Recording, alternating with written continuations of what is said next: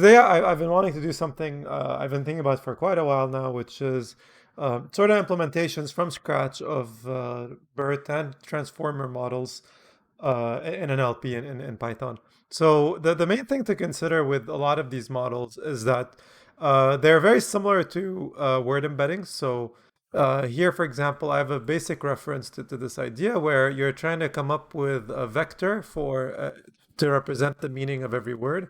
And the way you train this vector is given just a sentence, try to predict like what like given the current word, predict the next sentence, or given a context of words, predict the next word, or vice versa, given a word, predict its context. So this is like this has been an old technique in NLP, kind of embodied by like word to vec, and there's like other approaches to it, like Cove, that come up with like other representations for how this stuff works. But at a high level, like the main idea you need to keep in mind is like, well, like a computer doesn't really understand what a vector, like sorry, what a word is, understands what a vector is, and so how do you come up with a good vector for this? And so a lot of these techniques used to be trained using like recurrent neural networks. So what recurrent neural networks are is networks with connections going backward. Actually, wait, let me see if I can do this like online. Whiteboard.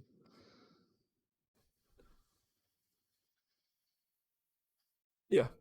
So like what that is essentially like imagine you have like some sort of neural network here, and then let's say if this represents like let's say layer one, and then this is layer two. Really, the main idea of a recurrent neural network is that there is a connection. See, how do I draw a line? Pencil P. Yeah. So there'll be like some sort of backwards like looking connection here, and a forward like looking connection here. And this kind of works well for sequences because you can imagine that every like let's say like every layer would, for example, take care of a prediction of a given word. So let's say like we're trying to translate a sentence. So let's say the task is sorry, like embed a sentence as a sequence of vectors. Then like layer one would essentially take care of word one, and layer two take care of word two. So this is generally how people have done this, and to be fair, like there have been representations that are bidirectional, so they'll end up looking something like this. Obviously, there's going to be a lot more of these. It's going to be the length of the sentence, etc. And then this could be like this. It could be going all the way back as well. Um, But all of these like what the main issues with these techniques is that if you kind of look at like what they were bad at, yo, how's it going? Yeah, man, it's nice to see you on stream. So I'm kind of gonna be explaining to people like the basics of natural language processing and machine learning. So, I mean, just hang out. Honestly, ask any questions you have. Like this is supposed to be a beginner-friendly stream. Oh, Hadi, I also wanted to say, I don't know if you just checked like battle passes out, and there's like a sick Wind Ranger Arcana, so I think you should check it out. So she's definitely looks, and they also made an anti-mage bay, so you may enjoy both. Um, but yeah, anyway, so this is kind of generally how this works, and so like I guess like the main idea is that computers don't understand what words are. They understand what is a vector. So how do you come up with a good vector? All right. So this is kind of like the basic framework. And so if we kind of look at blog posts that do some of this stuff, like let's see, like let's kind of, this looks good. There was another one that I liked, I think that had shortcode. So I think I'm going to look at this one first. Yeah, man. Like, Baracus, like it was nice having you. So enjoy the rest of your night.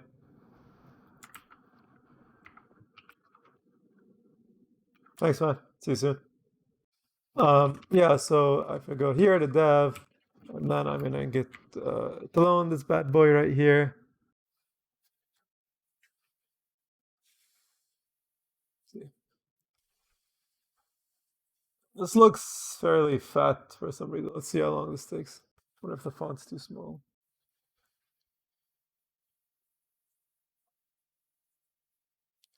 This is gonna take a while.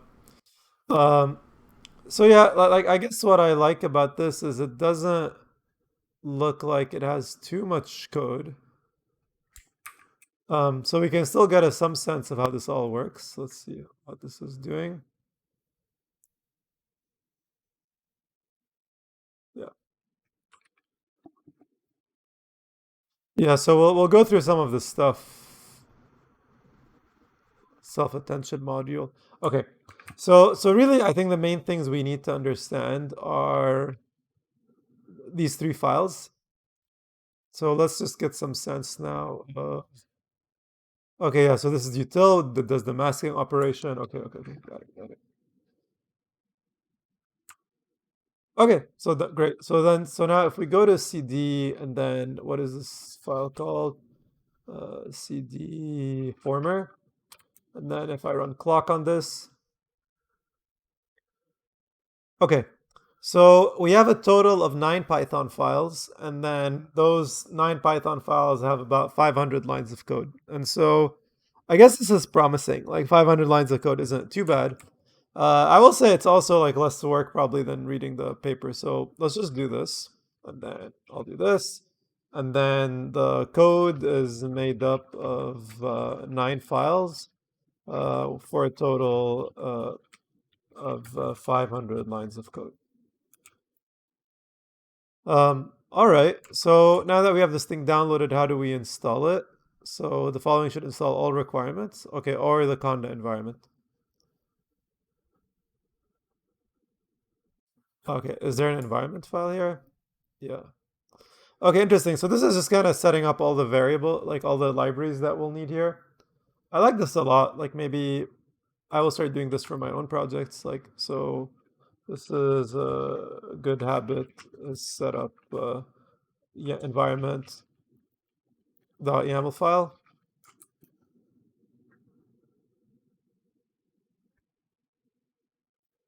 Um, and this will just like install everything we need. So this, I'm just gonna put this as an example right here. So yeah, let's do that. So if I come here and then let me go to Anaconda prompt, and then once I cd into dev, and then I cd into former, I should be able to say conda and create f environment.yaml and then name former.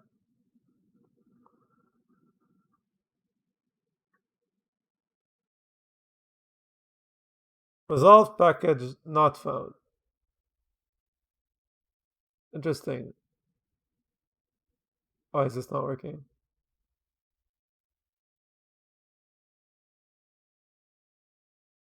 Did I copy this as is?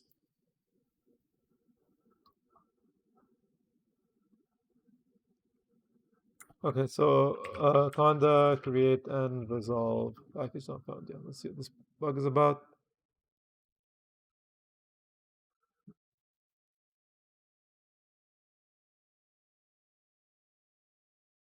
Move them under the pip section. I see. Okay, so let's do this. So if we open this up in code, and then,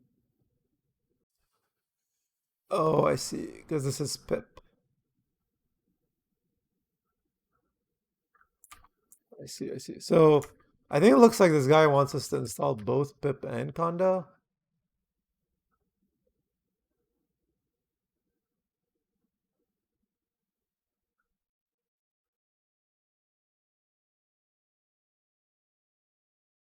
Okay, so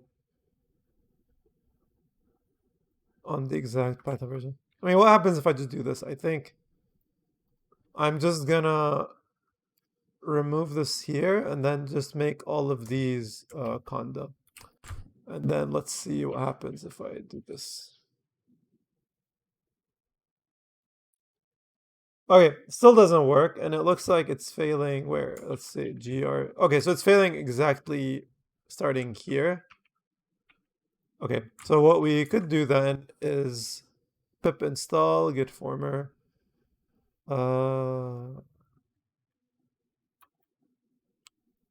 see. Pip install depending on the exact Python version. Is there requirements.txt? Oh, there's a setup.txt. Okay. So Peter Bloom, educational implementation of self-attention. Okay. Install requires these guys. Okay. I mean, so let's do that then. So I think, excuse me. I'll run this first.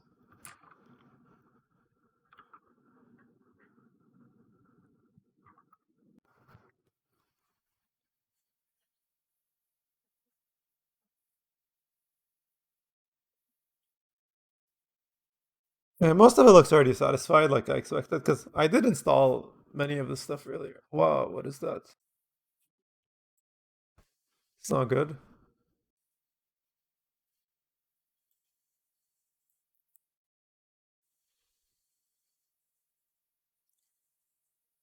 No module name, tools, and rep. I mean, let's try this install, pip install feature.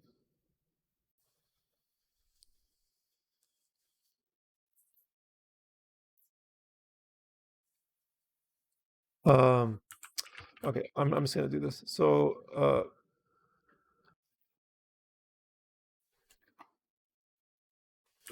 conda creates name former. All right, yes. And then conda activate former. Activate former. So yeah, so once I'm here now, I want to say conda.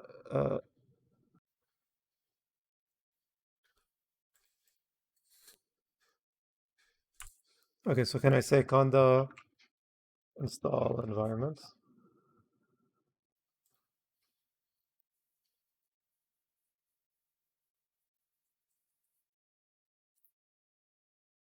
What happens if I do this?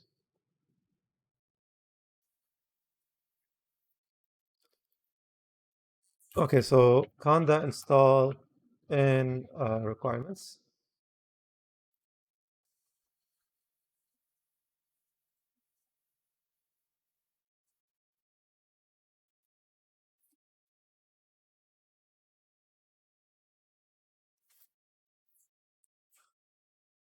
So it was here.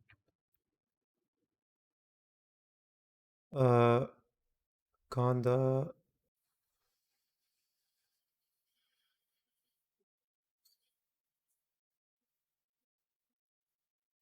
Okay, how about this? So conda install.f environment dot YAML.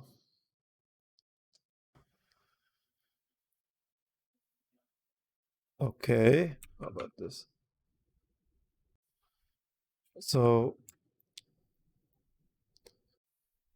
Python, okay. I mean, let's just see if does the example work. So experiments dot classify dot py.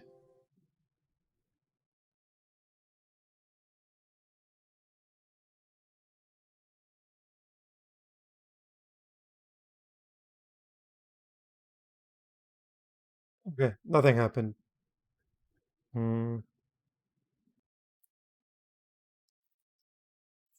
So how about we do this then? So conda install. Wait, so first I'm gonna exit. Then I'm gonna say conda activate. I think we can just install stuff. Oh wait, so yeah, so conda info and then else. So I'm gonna conda activate PyTorch GPU. And once I'm here, like this should be relatively good. So I guess what we can always do here is install stuff one by one, as opposed to installing like the whole thing. So let's kind of go through this thing. So first off, let's go back to the dude's blog post. All right.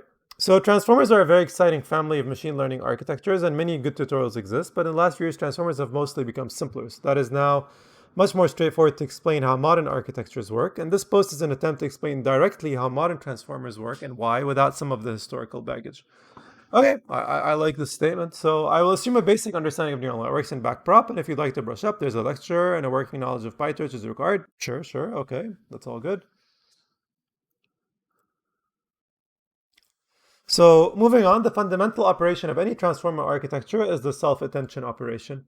So we'll explain the name where the name self-attention comes from later, but for now, don't read too much into it. So self-attention is a sequence-to-sequence operation. A sequence of vectors goes in and a sequence of vector comes out. So let's call the input vectors x1 and the corresponding output vectors y, and the vectors all have dimension k. So to reproduce the output vector, the self-attention operation simply takes the weighted average of all the input vectors. Yeah, so if you go back to this picture here, by the way, so if you just logged in chat, let me know if you have any questions. So typically the way we'll do this is, you have some sort of, let's say these are our inputs.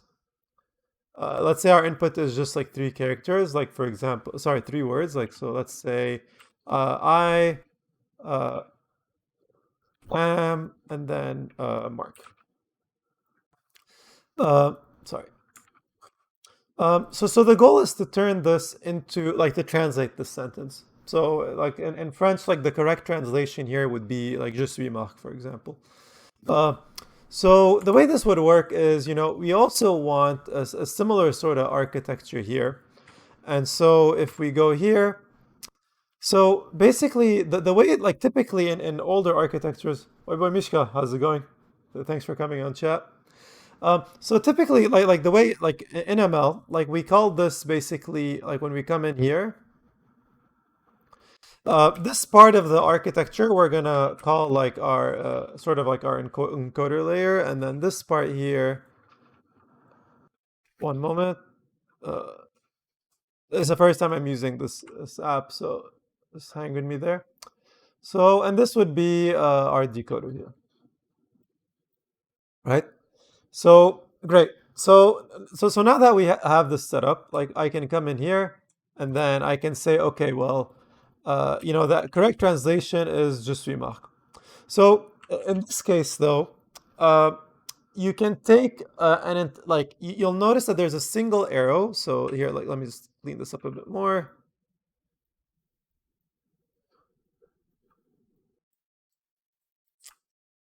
So basically, when we're trying to come up for a vector that represents the word I, or the word am, like we're gonna look at the previous, vector for it, and at the very end here, we just have like a one vector here. So this will just kind of look like something like this, and it'll have like a bunch of real numbers in it, like 0.2,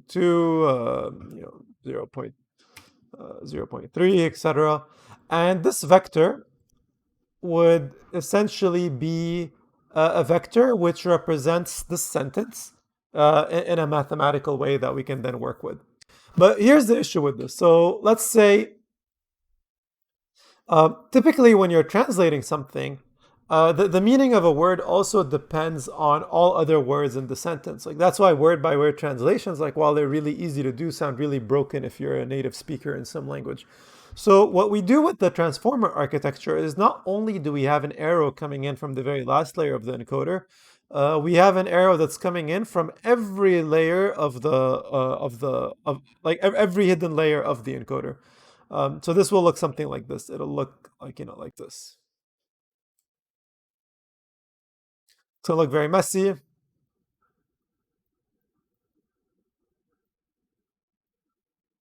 but this is the main idea. So now the question becomes like, well, obviously, if every decoder layer, so at your output when you're making predictions, if you have access to all the intermediate hidden layer representations, you would expect intuitively to do a better job modeling wise, but it's not really obvious how you can do this operation efficiently. So this is what the transformer work does. So the way they do this here is you can see here that yi, so this is basically, let's go open up our picture here.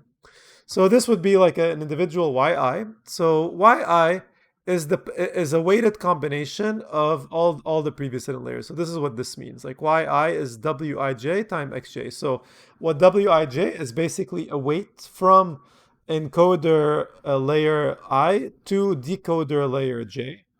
And so we want to figure out, like, can we learn such a matrix as to be able to come up with these like decoder, these decoder meaning vectors like very easily. The nice thing about this is that it's just a matrix multiply, and one common heuristic you can use to figure out, like, well, is this thing going to be really fast when you're implementing it in hardware? Well, GPUs are like, you can just give them like these gigantic matrices, and they'll multiply them really really fast. So yes, if you can just generally model your problem as a bunch of matrix multiply, you can do you can do it quickly. And it is actually why, like, I mean, when you even think of like a neural network, typically, like a neural network looks something like this, right? You have a bunch of layers, right? And then typically in drawings, what we'll do is like people will draw like these arrows between them. But honestly, I always found these arrows to be kind of confusing. I think a much more meaningful notation is like, well, let's say you're calling this like layer 1, and you're calling this layer 2. And so by the way, everyone in chat, like, if you have any questions, let me know, or else I'm just gonna cover it how it makes sense to me. But happy to have you on chat regardless. So we have these 3 layers, right? And then we come in here. And people are like, well, like, you have these layers and then you can just like work with them or whatever. But this kind of makes the discussion a bit too abstract. Like, the way to best understand layers and connection is to view it as a matrix. And so if you view the first layer as a matrix W1, and then the second layer as W2, and then the third layer as W3, then you saying you want to forward propagate in the network is really effectively equivalent to taking W1 times W2. Facecam is in front of whiteboard. Oh yeah, you are right. I apologize. I apologize for that. Let me fix this.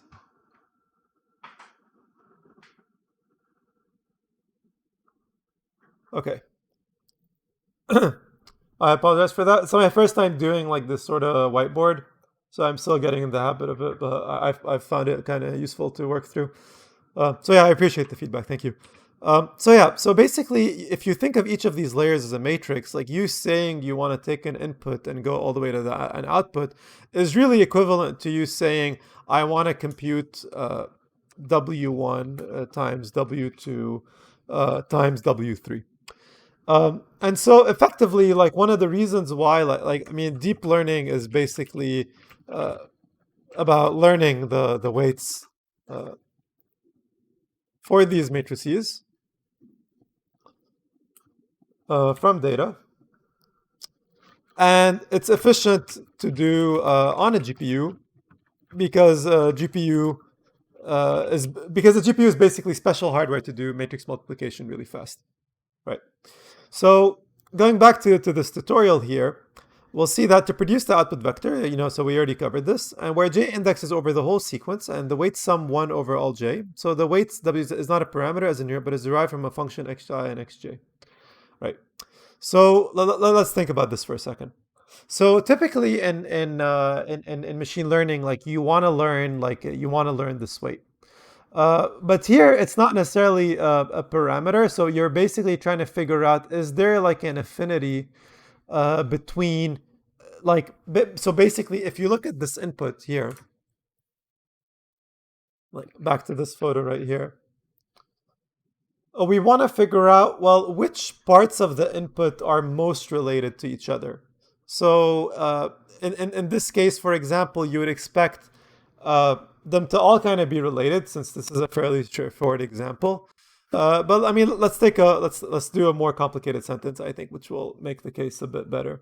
So let's say something like, I want you to send me the document you wrote yesterday, right? So we have a sentence like this. And when you're trying to think of, like, well, what is the affinity of each word in the sentence, we can kind of already do this intuitively as humans. So for example, like, and let's say, So I want you to send me like the document you wrote yesterday. So I would expect document you like basically all of these words here to be kind of related. Uh, I want to you, right? So we want these to have like high scores among each other. So yesterday we want this to be related to wrote, and we want this to be related to document. I like should be related to want, and then I want you, and then it also should be related to me. So if you look at these arrows, what we're basically saying is that each arrow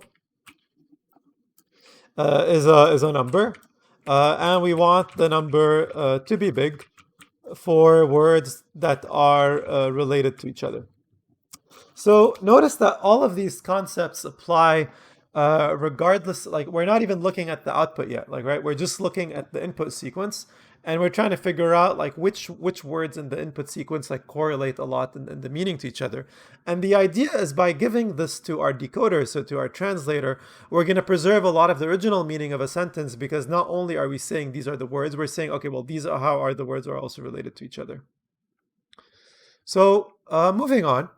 uh, how does that work? So we just said that the weight between, I'm gonna, let's say, write this down like this, and then we're here. So the first thing we're saying is we want to learn weight from each input state to each output state, right? So we'll kind of put it in steps. The second thing we want to do is we want to, like, each weight represents a correlation of each input state to each other input state.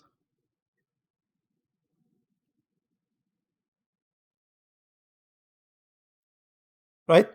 And then the last thing to consider is we want the weights to sum up to 1.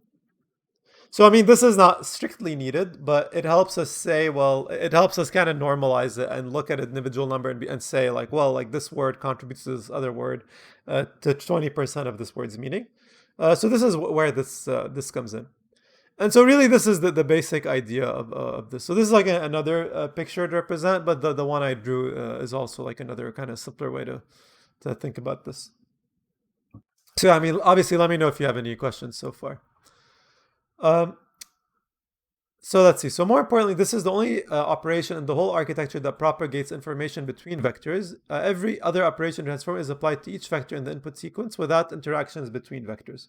Yeah. So basically what this is saying is that, like, as long as we, after we learn these weights, like, we're not going to have any more sort of complicated looking stuff where we're thinking about, how is the meaning of a word related to another? Like, at that point in time, like, basically, okay, let me so rephrase this.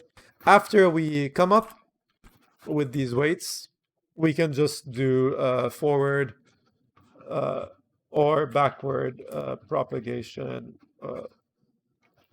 without thinking about it too much, right? So a few other ingredients needed for okay. So despite its simplicity, it's not immediately obvious why self-attention should work so well. So to build up some intuition, let's look at the first standard approach to movie recommendation. All right, sure. So user likes comedy, okay, has romance, okay. So, like, the situation he's covering, yeah. So this idea of correlating inputs to outputs, like you see in recommender systems, and so what the author here is really trying to say is that let me make this bigger. So if you look at this here, like, we're basically trying to come up with a pairwise correlation between your preferences for different kinds of movies and whether a movie has those features. So let's say you like horror movies, and turns out like a movie is 20% horror, and then so you liking it is a score of 1. And then it having horror, 20% horror is 0.2, so this will be 0.2. And then let's say you don't like romance, so this would be negative for you. And so you compute this equation, and then let's say if the score is above 0, then you're likely to like the movie, and if it's below 0, you're unlikely to like it. So this is a very simple vanilla recommender system, and I would also suggest, like, I don't know, if someone puts a gun to your head and tells you, like, you should really write a recommender system really quickly, this is kind of one of the quickest things you can do without putting too much thought into it. Yeah, so like I said, like the magnitudes of the feature indicate how much you're likely to like them. And so yeah. And so like you could kind of plot basically all possible movies according to your preferences here, and that gives you some sense of whether you're gonna like it or not. Uh, so yeah. Let's say we have a sequence of words. We simply apply each word in our vocabulary as an embedding vector. This is what's known as an embedding layer in the sequence modeling, and it turns this sequence into this. Sure, yeah. So the cat on the street walks on the street. Okay, okay. Drives the self-attention by learning with particular outputs. Yeah, so what's important to note here is that there's no learning going on yet. Like we're just saying, given these affinity vectors, like given W's, this is how we compute attention. But the way you would learn, the way you would learn these optimal weights is by looking at your data. The way you would look at your data is typically labeled data is always expensive to get, like which is why you'll often see, like it's not a coincidence that the top machine learning research labs also are at Google, Facebook, and Google, Facebook, and Microsoft, because those three labs have a lot of data about their users, and so they can kind of look at labeled data, like you clicking somewhere to figure out what your preferences are. But often, like another way to do NLP is this sort of self-supervised setting, and what this means is that you want to use unlabeled data, but use it as if it's labeled. And the way you do this is in an NLP is that you try to figure out, like, given a current word, like what is the next word in the sentence, or given the next word, what was the previous word, or given a group of words, what is the next word.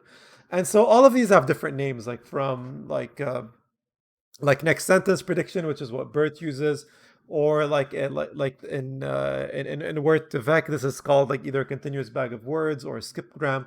So all of these models have very fancy names, but they all have the same idea going on. So going over the PyTorch code, so let's do this now. So I want to look at some code too. So assume we have a tensor of size BTK. As a bashed matrix multiplication, it applies okay. So then to turn the raw weights to positive values, okay. Yeah. So far nothing is going on. So basically we want to say that attention is something you can do without learning the weights, but you can learn them from data in a self-supervised way using various basically methodologies like next sentence prediction.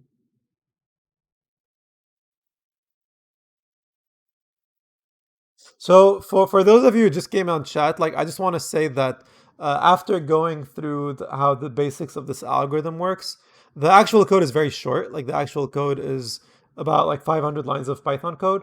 So this way, like after going through this, like you'll understand like the basics of how the algorithm works, and then you'll also see like an implementation of it. I was also hoping we could look at something like implementing it on graph-based hardware, but I think that may be sort of a stretch goal. So we'll see. We'll see how it goes.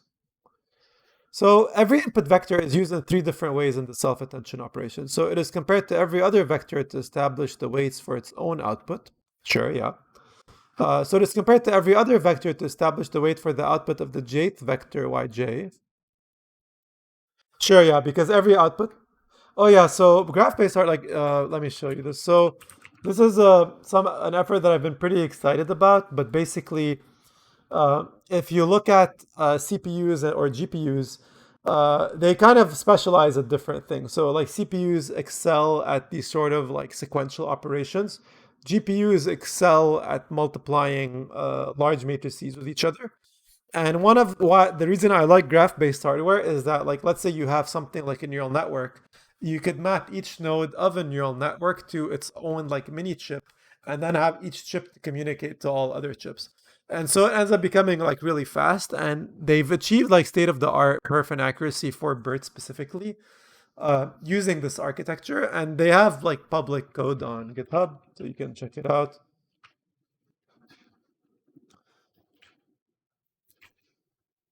Here,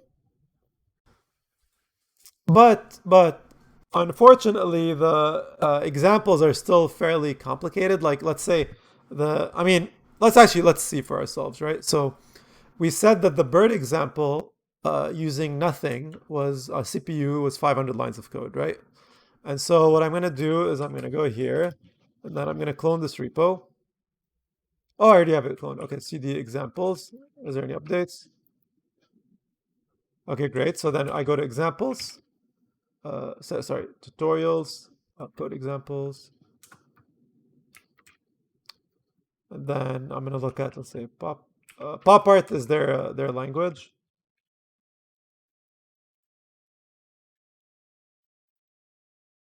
Why is this not working?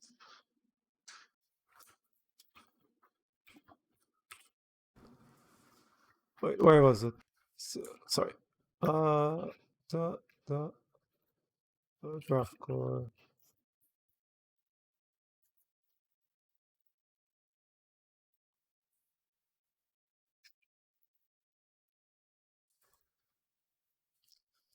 All right, so it's an examples, applications, pop art, BERT. Okay, so see the applications, the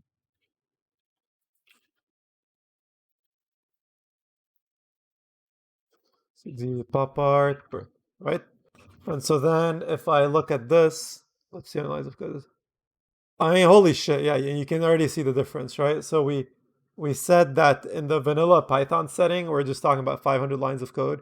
Here we're talking closer to 10,000. So a lot more complex, but I think it comes down to is your developer time more valuable than the computer time? And your developer time is more valuable in settings where it's just you know, working on something. But if it's something that other people are going to consume, then the machine time is more important. So this is interesting. Let me write this down. Where was it? Yeah, so it's 500 lines of code, like versus pop art example is closer to 10K lines of code.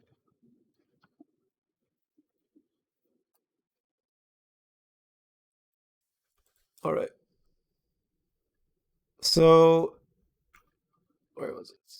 Where were we? Yeah. So okay, so we just said that like when we're trying to come up with the meaning vector for a given word, it's going to influence its current output, but it's also going to influence all other outputs. So we already talked about this. And so these rules are often called, oh, I see. So query key and value. Okay, so this is the query. Oh, I guess like what is the meaning of your word? That's the query. Key. These names are awful, by the way. So I'm gonna just yeah.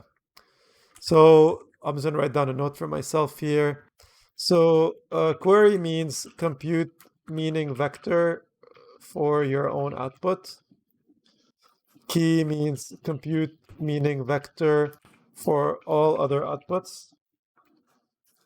And value means part of it to compute each output vector once the weights have it. To compare it is compared to every other vector to establish the weights for the jth vector of yj.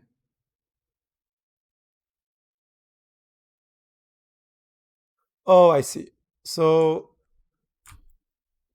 yeah, so compute relationship between word I in input and word j in output.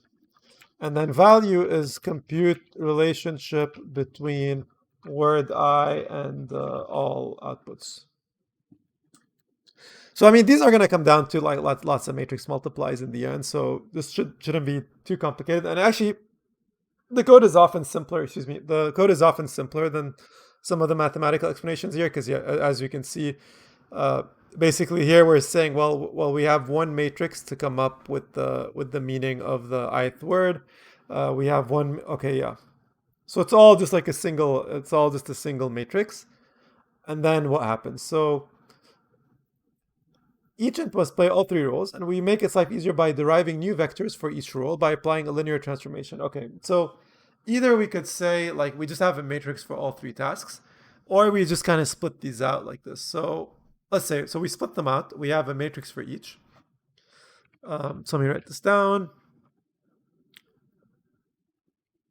We're gonna learn a matrix for each of key value and query key value. Query key.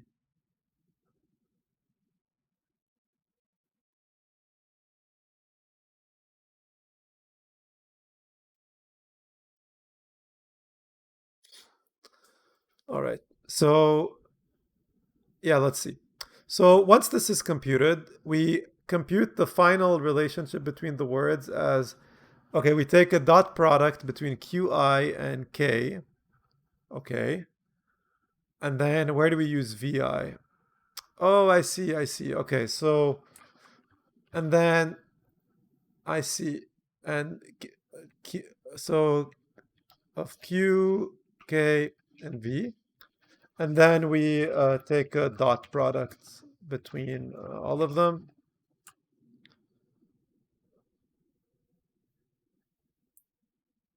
Yeah, all of them do softmax. So yeah, I mean softmax is just like I guess a fancy way of saying get a probability. So yeah, so we have this, and then great. So like we're kind of decomposing this into three operations. And now we're saying the softmax operation can be sensitive to very large input values. These kill gradients and slow down learning or cause it to stop altogether, since the average value of the dot product grows with the embedding dimension. It helps to scale the dot product back a little to stop the inputs to the softmax from going too large. Okay. Wait, where was it? So it's with the embedding dimension k. Okay, here. Oh, okay, okay. So I believe this was, so wij prime, this would be k, right? Yeah. So since embeddings are so big in dimension, then I mean, because like in the worst case, the embedding size is the size of your vocabulary, because you could have just like the sort of one hot encoding of every vector. But you know, since embeddings are so big, then we scale them by a root of embedding dimension. Not root, that's fairly ambiguous. I'll say square root. All right. So far so good. So finally, you know, we must account. Let's see.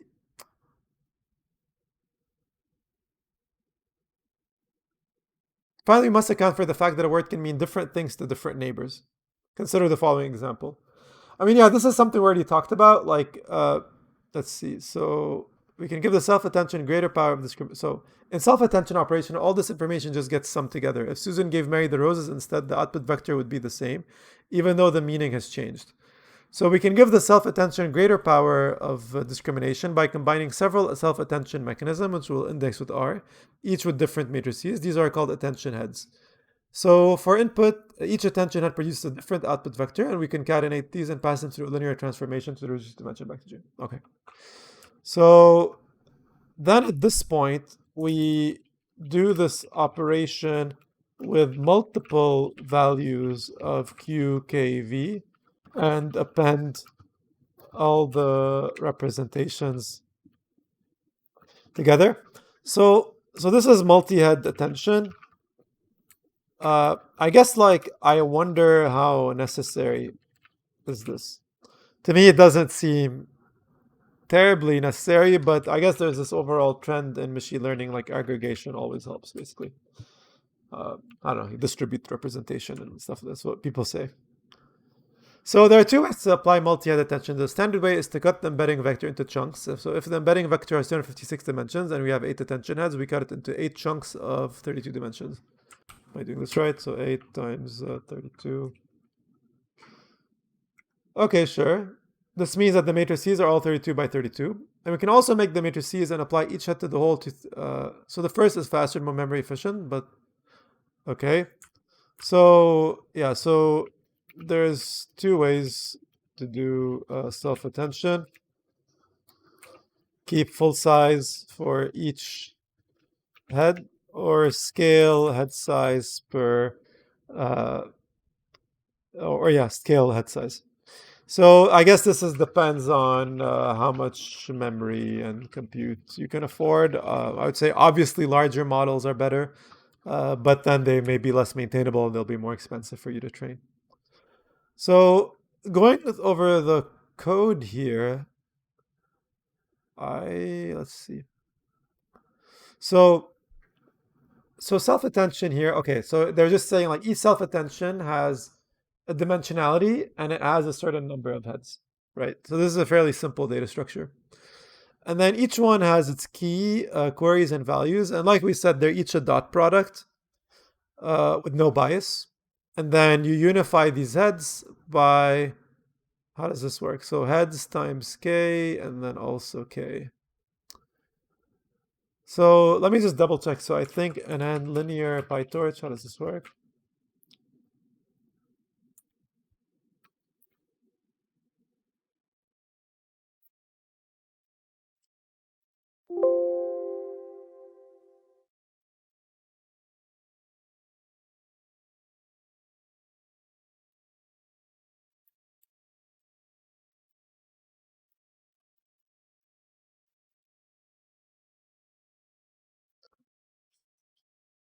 Applies a linear transformation. Oh, okay, sure. So this is kind of like sort of like the logistic regression case, I guess. All right, I'm just gonna grab some water. I'll be right back.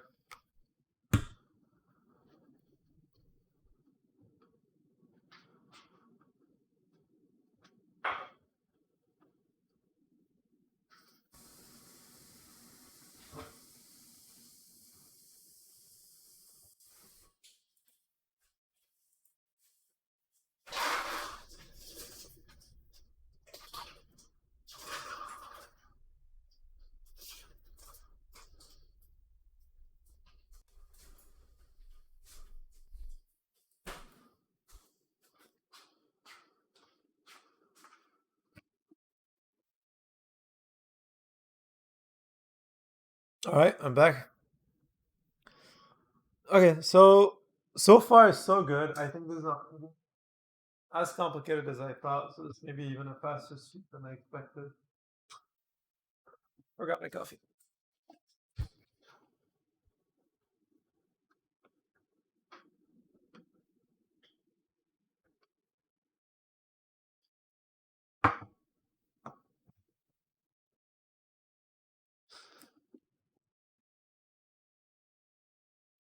And features attributes size of each output sample. Yeah, interesting. So yeah, I can also set the weights. It looks like. Let's try this out. So where was my Jupyter notebook?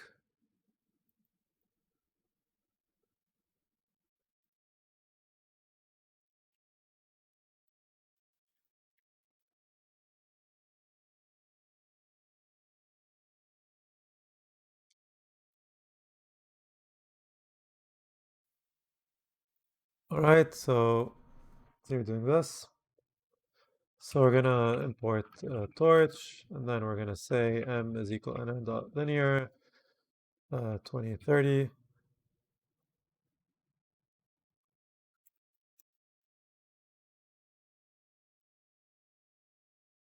Oh, I see. So import torch, and then I need to say torch dot nn. See what does m look like?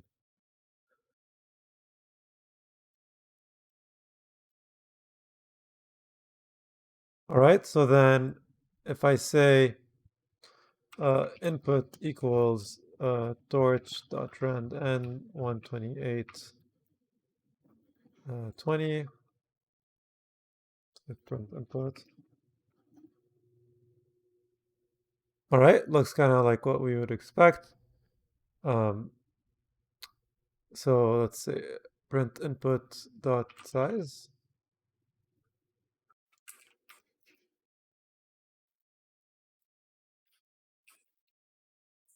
Uh, print PyTorch dimensions. I think I had a nice helper function for this somewhere.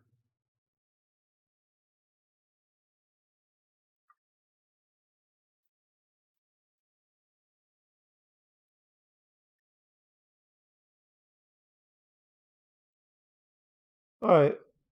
Yeah, it's not. Oh, it's a function. I see. Okay, yeah, there it is. Yeah, I just get confused between the like TensorFlow, PyTorch versus Julia. I think it's like part of it. I haven't been able to focus on a single language over the past couple of years. But anyway, yeah. So let's see. So now if I say output here,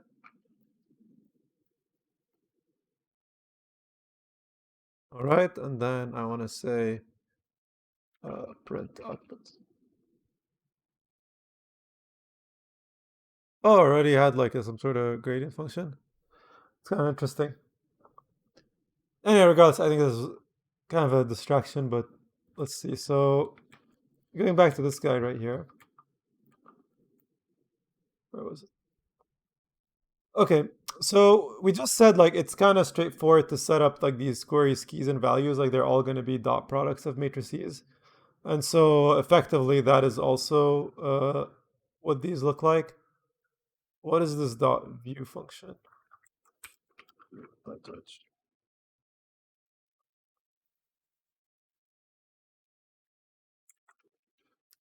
I expect it's like a SQL view, I would expect, but let's see.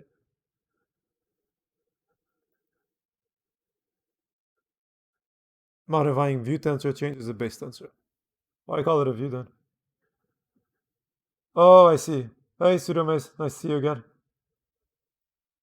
But like, what's up with the name though? Like, it's such an awful name for a reshape, no? Or it's like, oh, see the data from this different perspective. Is that like what they're intending with the language?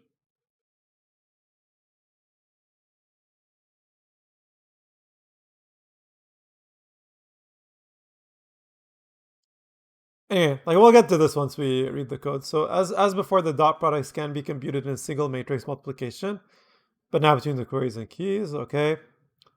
So yeah, so this is the scaling they talked about to make sure that embeddings don't get too big. This should save memory for longer sequences. Uh, yeah, I wonder, like, I mean, instead of doing this, like, why not just have smaller embeddings? Like, this also feels kind of weird to me, but whatever, like, I didn't invent these techniques, so I'll just wait. So to unify attention heads, we transpose again so that the head dimension and the embedding layer are next to each other. Okay, sure. It's just so you can, like, actually append them with each other. So a transformer is not just a self-attention layer, it is an architecture. It's not clear what does and doesn't qualify as a transformer. Yes, I've had this similar observation.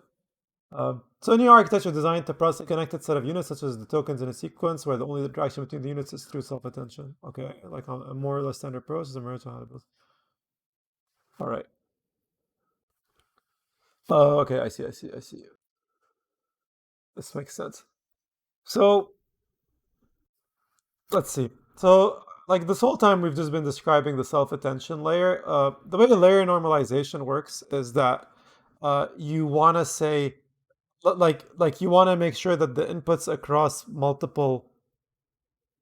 Oh wait, no, I'm thinking of batch normalization. So I believe like layer normalization is just making sure that every like no one layer, like let's see. A layer normalization feed forward layer. Okay. Residual connections are on both normalization so residual connection is just like a fancy way of saying like you skip some connections. And then here's what transformer block looks like. Yeah, let me just make sure I don't want to say something wrong because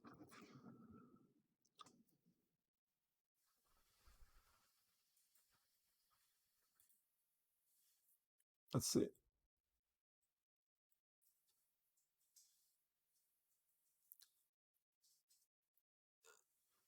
So normalize the activities of the neurons.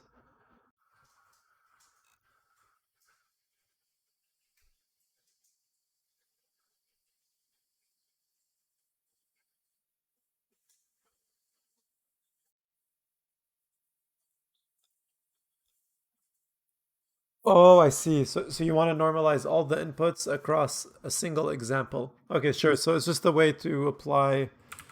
Uh, this is an interesting note. So I'll just say uh, it's not obvious how to apply batch normalization to sequences, which is where layer normalization comes in. So I guess I like this is kind of a recurring trend actually that I see in a lot of papers is that I call it the like make sure weights aren't too big or too small effect.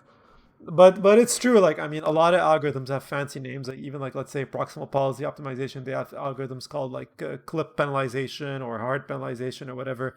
But really, what they're all doing is just make sure like nothing is too big or too small. And then the idea is that that helps you avoid zeros and nans in your algorithms, which means that they're gonna train in a more stable way. So I'm not too surprised to see something like this. And yeah, I mean, like you would expect, that this doesn't work very well for sequences. So yeah, so this was the sequence we talked about, and then layer normalization here is just wow, wow. It's like you just like call this very nice, and then you have this looks like the your neural network, which is a linear network with a ReLU and another linear network. Why I don't know. Like I think a lot of these choices, yeah, over times, yeah. It's insane to me. Like part of like a lot of this stuff feels like if you really want to get like good state of the art, like you need the infra to run like lots of stuff in parallel. Because like if you're sitting and waiting for perf like for weeks and weeks, like you're not gonna get anywhere with these.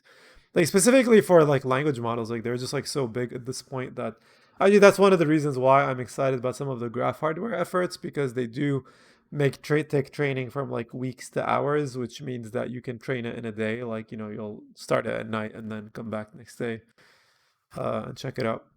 So the way they test this out is a prediction. Okay, sure, doing classification, and then input using the positions.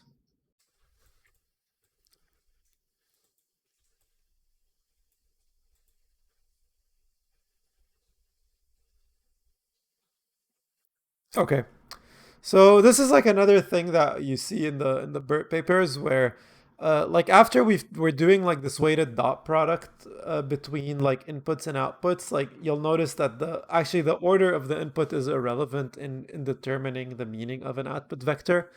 And so what they do is they explicitly embed the position of a vector. So we just choose some function. Okay, yeah. So they just have the strict order. So it's just an integer to represent the position.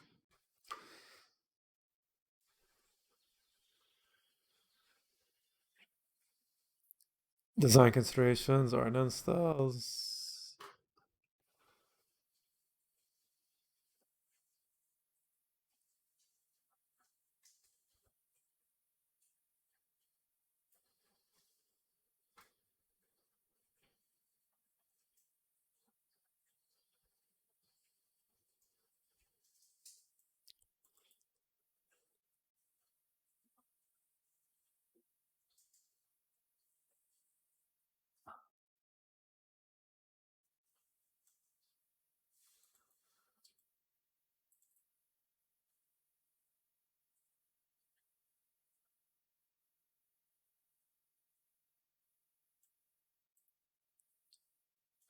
All right, yeah, this is interesting.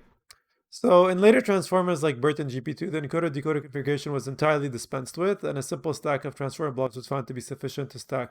So, like for example, like when I was at Microsoft, like I was working on a part of speech tagger for Outlook, and at the time, like what I used was a bidirectional RNN, and it kind of crushed all the benchmarks that I put it against. And it's like at that point is when I realized like this idea of bidirectionality is very powerful in meaning, and it is intuitively important, but not often very not used very often.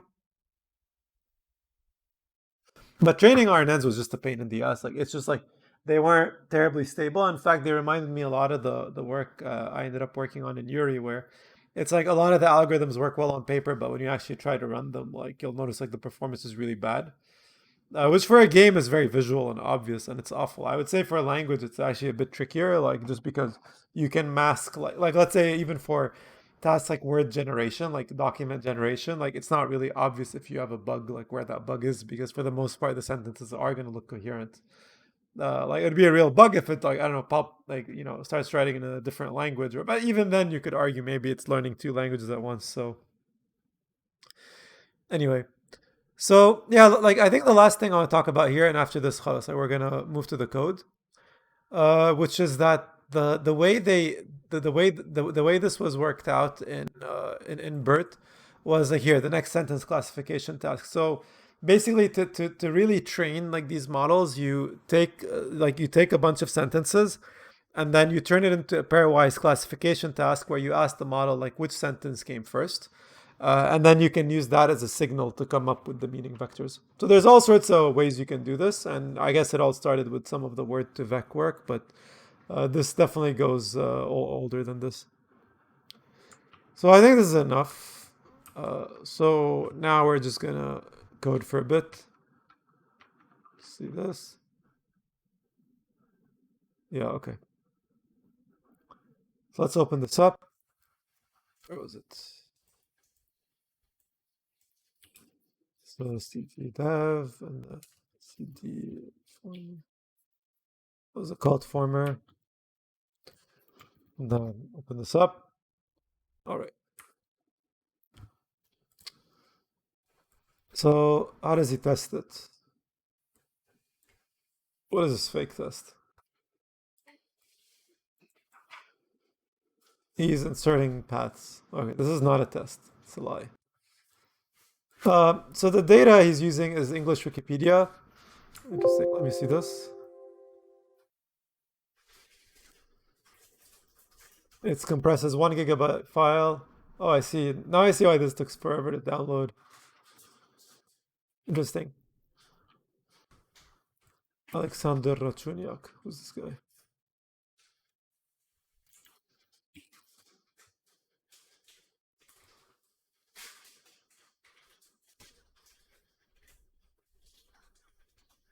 Oh, also worked at Microsoft, it looks like. Then moved to the UK.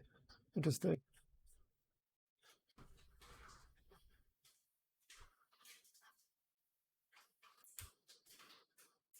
All right. Anyway, so okay, like we get what the data is. Tests are useless. Okay, useless. We'll look at generation later, I think. This looks a bit more involved than everything else. Wait, why does this say 500 lines of code then? This definitely looks longer than that. Did I miscount? One moment.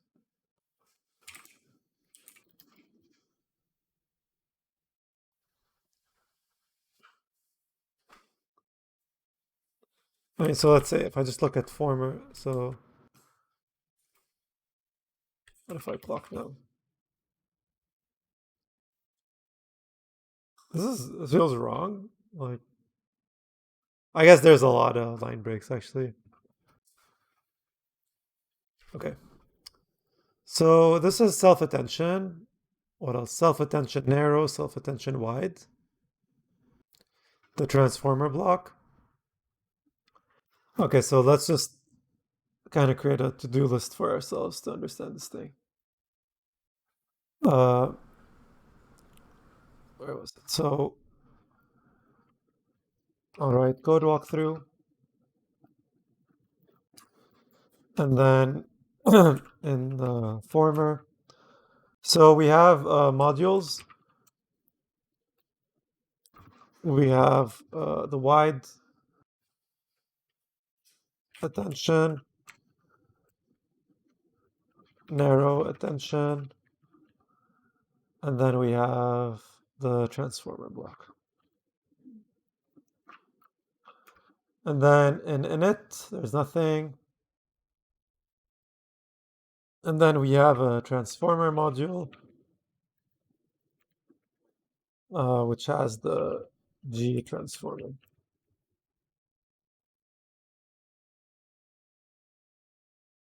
Oh, the generating transformer and then the classification transformer. Generating transformer, and then I'll call this the classification transformer.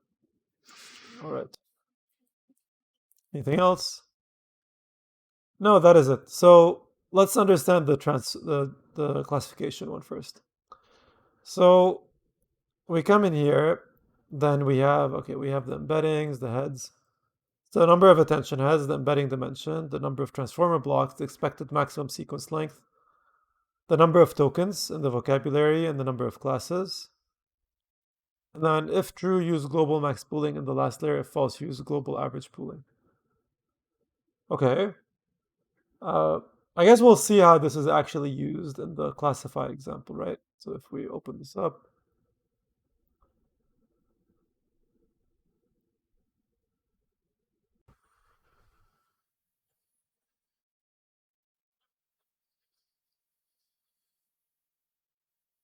okay.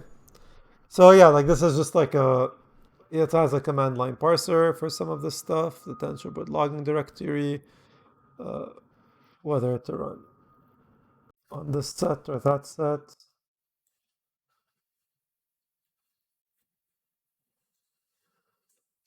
Okay.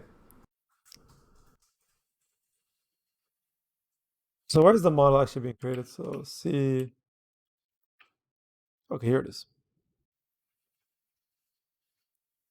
Okay, just go.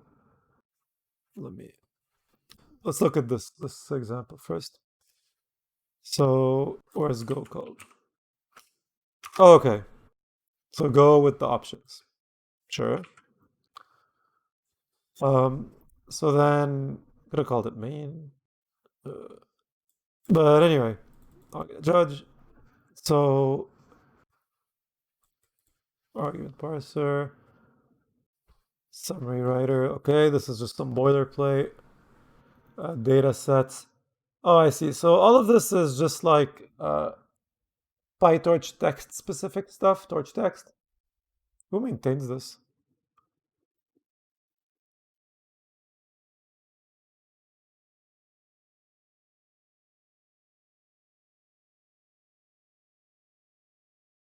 Yeah, so notice here you'll see stuff like glove and fast text and word2vec. Like they're all like fairly fast. Like it's possible to just have them in a single, small and fast, and so it's possible to have them in a single repo. But this is kind of cool. I mean, like they have a data set for pretty much everything. Like I wasn't aware of stuff like this when I was doing NLP at Microsoft. Something got a lot easier, but I guess you have to learn more libraries these days. I don't know if it's easier. It's just it's more complex, I guess, but easier to get started.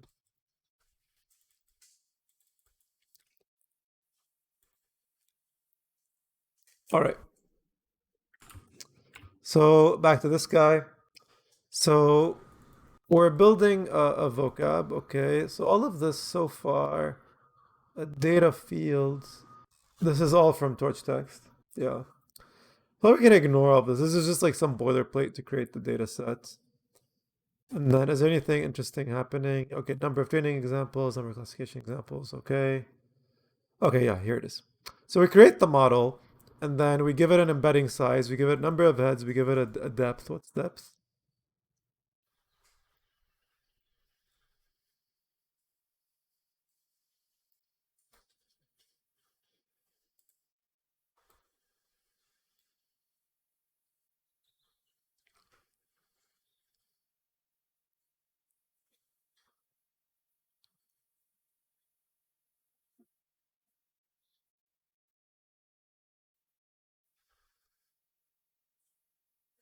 Number of transformer blocks. Oh, I see. So just like the number of transformers stacked like one after the other.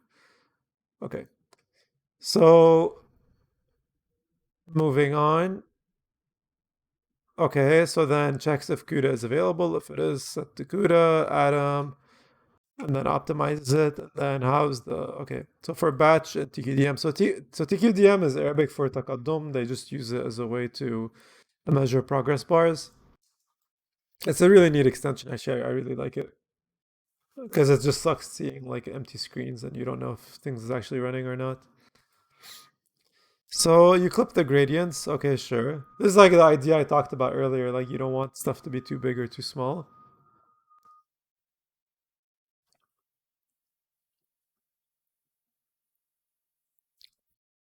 Right. So this is here, I guess, where like so we create the model.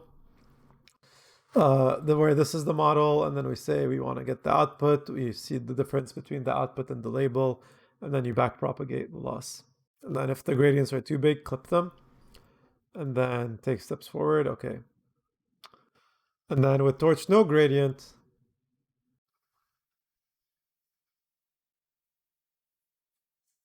total correlation. Oh, I see. So when we're done learning, like here, and we just want to do inference, then we're just counting like the total number of items that we got correct versus we got wrong, and then we plot the accuracy. Um, it's it's interesting. I haven't seen print statements that look like this before.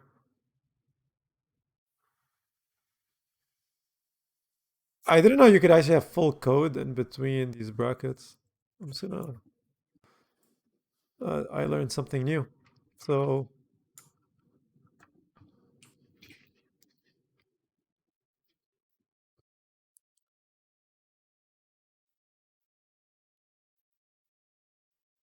okay. So let's see. So the classification transformer has a few parts. So first, you set up data using torch text. Then you look at setup model from parameters in CLI, make prediction, look at loss, look at actual label, and back propagate, and then no gradient, measure accuracy. All right, that wasn't too bad. I wonder how big is generate relatively. So classify. Actually, I want to see something. So clock uh, by file.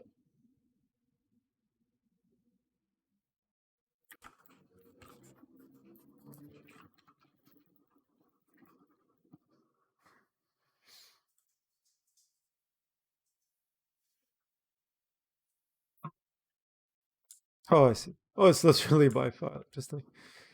Where was it? What was that? Nope. Oh, derp. It was here. I think it was here. Anyway, it doesn't matter too much. Let me just set up a. So cd dev, cd former, and then clock by file. Boom. Oh, yeah, that's what I needed. This is super helpful, by the way, just like whenever you're looking at a new code base to just get some sense of where the complicated stuff is. Okay, interesting. So the literally the most complicated part is the generate part, and then the second most complicated is the classify part. So let's look at generate probably in another session, I think, like if we understand the example end to end with just like how the transformer blocks are set up, I think that should be enough for today. So I just want to check one thing. So why detention versus actually, yeah, why Google it? We can just look at the code. So let's close this and close this. So now what we want is transformers and modules, and that's it.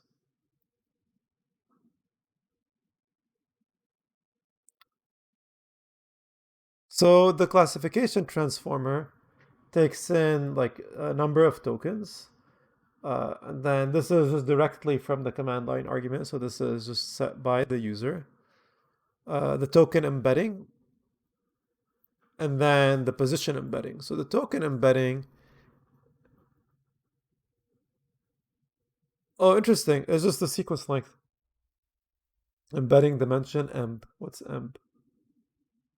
Oh, I see. Okay. Just so you can add them to each other.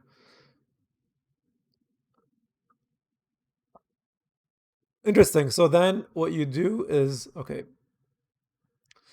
So let's do this. So now we're in classification using transformer. And then if we look at the classification transformer, this is what we're going to be doing. So I'm just going to move this for a sec. So how does this work? So the first thing we do is we create the token and position embedding. The second thing that we do is that we add a bunch of transformer blocks in sequence in a list. And then we turn this into a PyTorch sequential model, right? And then we're gonna turn this turn into probabilities. By using a number of classes and then do dropout. So this is the init. With the forward pass, oh wow, that's it. Okay. So what the forward pass is gonna look like is we take the embedding and then we take the position embedding.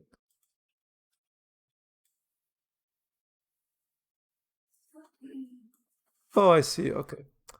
So this is, I'm gonna say this is the init.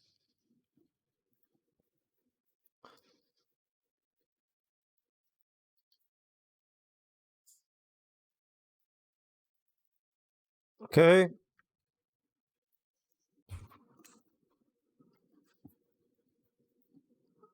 So then in the forward pass, the first thing that we do is we append a token to position. I just wonder, why does the position embedding here look so complicated? Expand into BTE.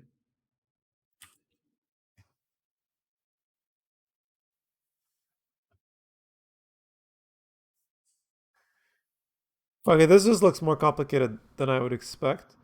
But once that's done, you also append token to position, pass input to model, which is a list of transformers. Get probabilities via softmax. So that's it. Actually, the classification transform is almost trivial. I actually like this was, yeah, like I didn't consider good. There's like add the layers in a list. I actually really like this idea. And then yeah, like this pattern is great. Like I think you can do complicated architectures with this. So we have this.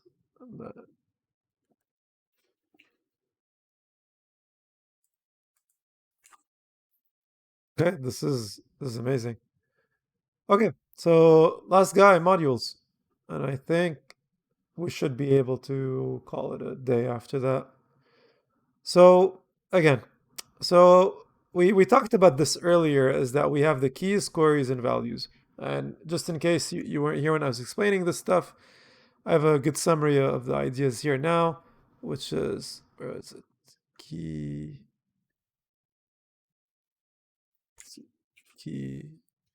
Yeah. So the query means that you compute the meaning vector for your own output. And then the key is you compute the relationship between the ith word in the input and then the jth word in the output. And then the value is you compute the relationship between word I and all outputs.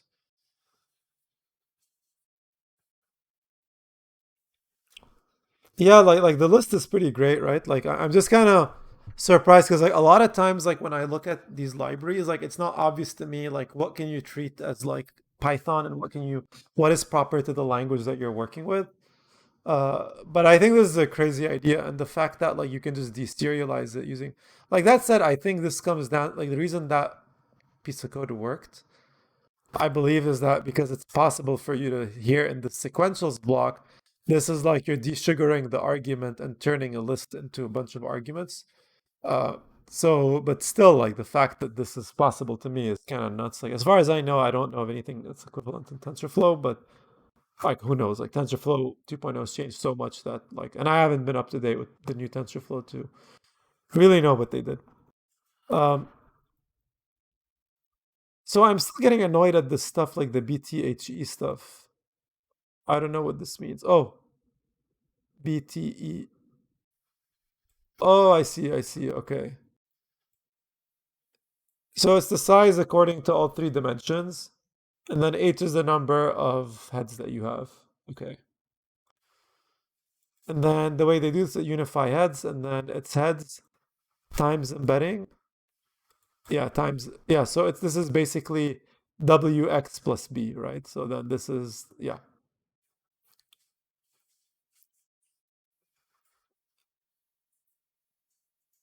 Okay. So let's go through this then.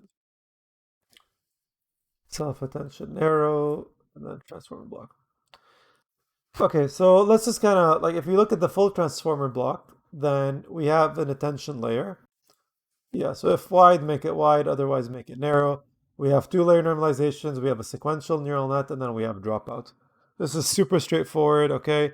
And then when you're doing the forward layer, you just compute the tension and you do all of these dot products with each other, and you're good to go. So yeah, so the way we're gonna do this is I'm gonna say for the transformer block,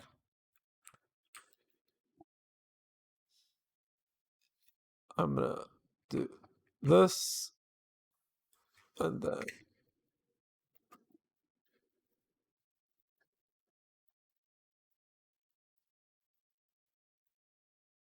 So yeah, the transformer block I think was already explained pretty well in the blog post itself. But basically, we have the attention layer. We have layer normalization, which is the way to normalize the output of. Are you going to use a pre-trained BERT or train BERT from scratch? So this is actually to train it from scratch. Like this is like we're looking at someone else's implementation. Just because like when I tried to implement it from scratch, looking at papers, I really struggled to do that. Like it's like it wasn't obvious to me what any of the words meant. Specifically, the part that confused me the most was this part. Like, what the hell do query key and value mean? But if you look at this code, it explains it very well.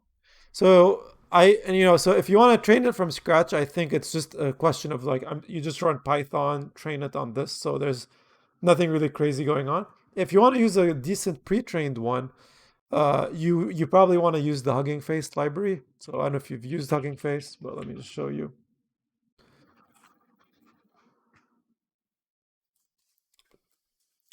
So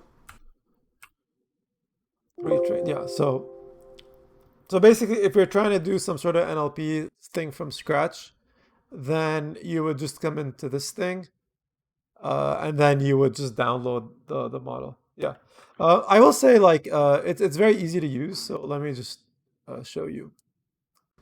It almost requires like it doesn't require any domain knowledge, I think, in machine learning even. It's kind of shocking to me how good of a job they did. But where is it, for example? Yeah, so here's a good example.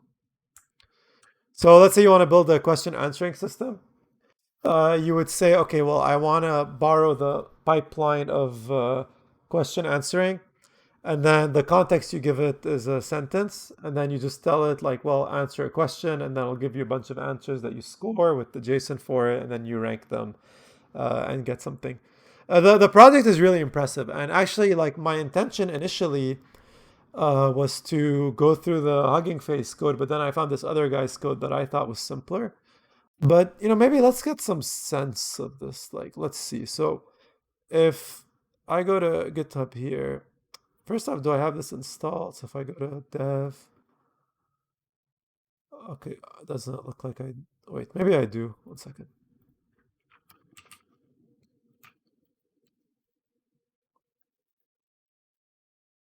Okay, let's do this. So this is gonna probably download some crap in the background in the meantime. So for papers a great nightmare. That's why papers with Goat is a great initiative. Yeah, I agree with you. It is a great initiative. To be honest, like with you, to be honest with both of you, like I pretty much feel at this point that papers aren't as like I think I call them like a form of intellectual procrastination. Like it's like a smart person's way of procrastinating, and I fall biased to this. I fall prey to this bias a lot. I think even pseudomays may have seen me do this. Um, but the reason it's because that's because it's the case because like, you can read these papers and you think you get it, but actually you have no idea what's going on.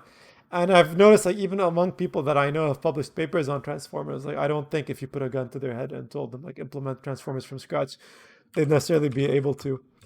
So I mean, yeah, like let's look at this project. So let's say if I say clock by line, what's going on? Uh huh. By Philo, I think. By Philo. They leave out crucial implementation details in the papers. Yeah, so I think like that's like there's a bunch of perverse incentives that go into this.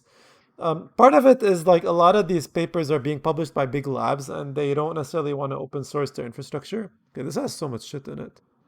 What am I looking at? Okay, the whole repo has 80,000 lines of code, but let's look at what are the most complicated files in it. Okay, tokenization, modeling, reformer. Okay, pipelines. Sure, and then if you look at BERT, oh, it's just maybe we'll just look at it, guys. Like, I think 800 lines of code isn't a huge deal. Every paper I've read, they always say include this phrase, our state of the art approach. Yeah, like I think the question that they need to ask themselves, like, how can it be possible that every single one of their papers is state of the art at the same time?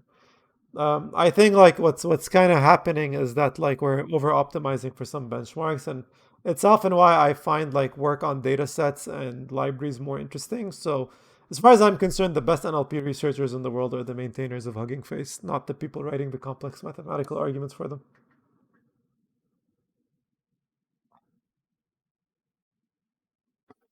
All right, so like before we go into this, because I'm having fun now that you're both here. Let's finish up the original dude's code base. I'll commit my changes and then we'll start going through Hugging Face. Okay, so this makes sense. Like this is like nothing special going on here.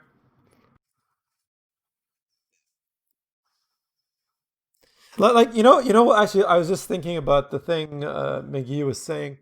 Like the fact that like Hugging Face is a project that started off just by implementing a bunch of open source NLP models, and that team was able to raise $15 million, and they had their project downloaded over 1 million times. And so even though I think a lot of us have this bias where we think like, oh, we want to do new stuff, we want to do cool new stuff, I think perfecting the old stuff is actually a lot more valuable and more likely to make you rich, just because you would imagine that people have already done really good libraries for this stuff, but then if you look at the reality, they haven't. Like, and like look at the Hugging Face code. Like, I mean, uh you know like check this out. Like 30,000 stars on GitHub. Look how many people contributed, like 400, close to 400 people. Granted, like most of it is like most of it, like these two guys are the founders. Like, granted, like they did most of the work. But still, I mean, they were able to convince like so many people to basically just work for them for free.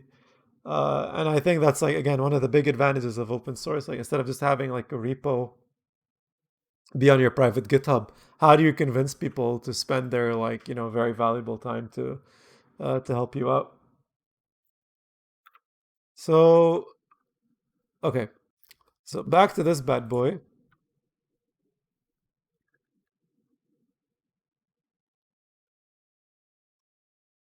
So let's see. So I think the first thing I want to remember, like, what is the difference between wide and narrow attention?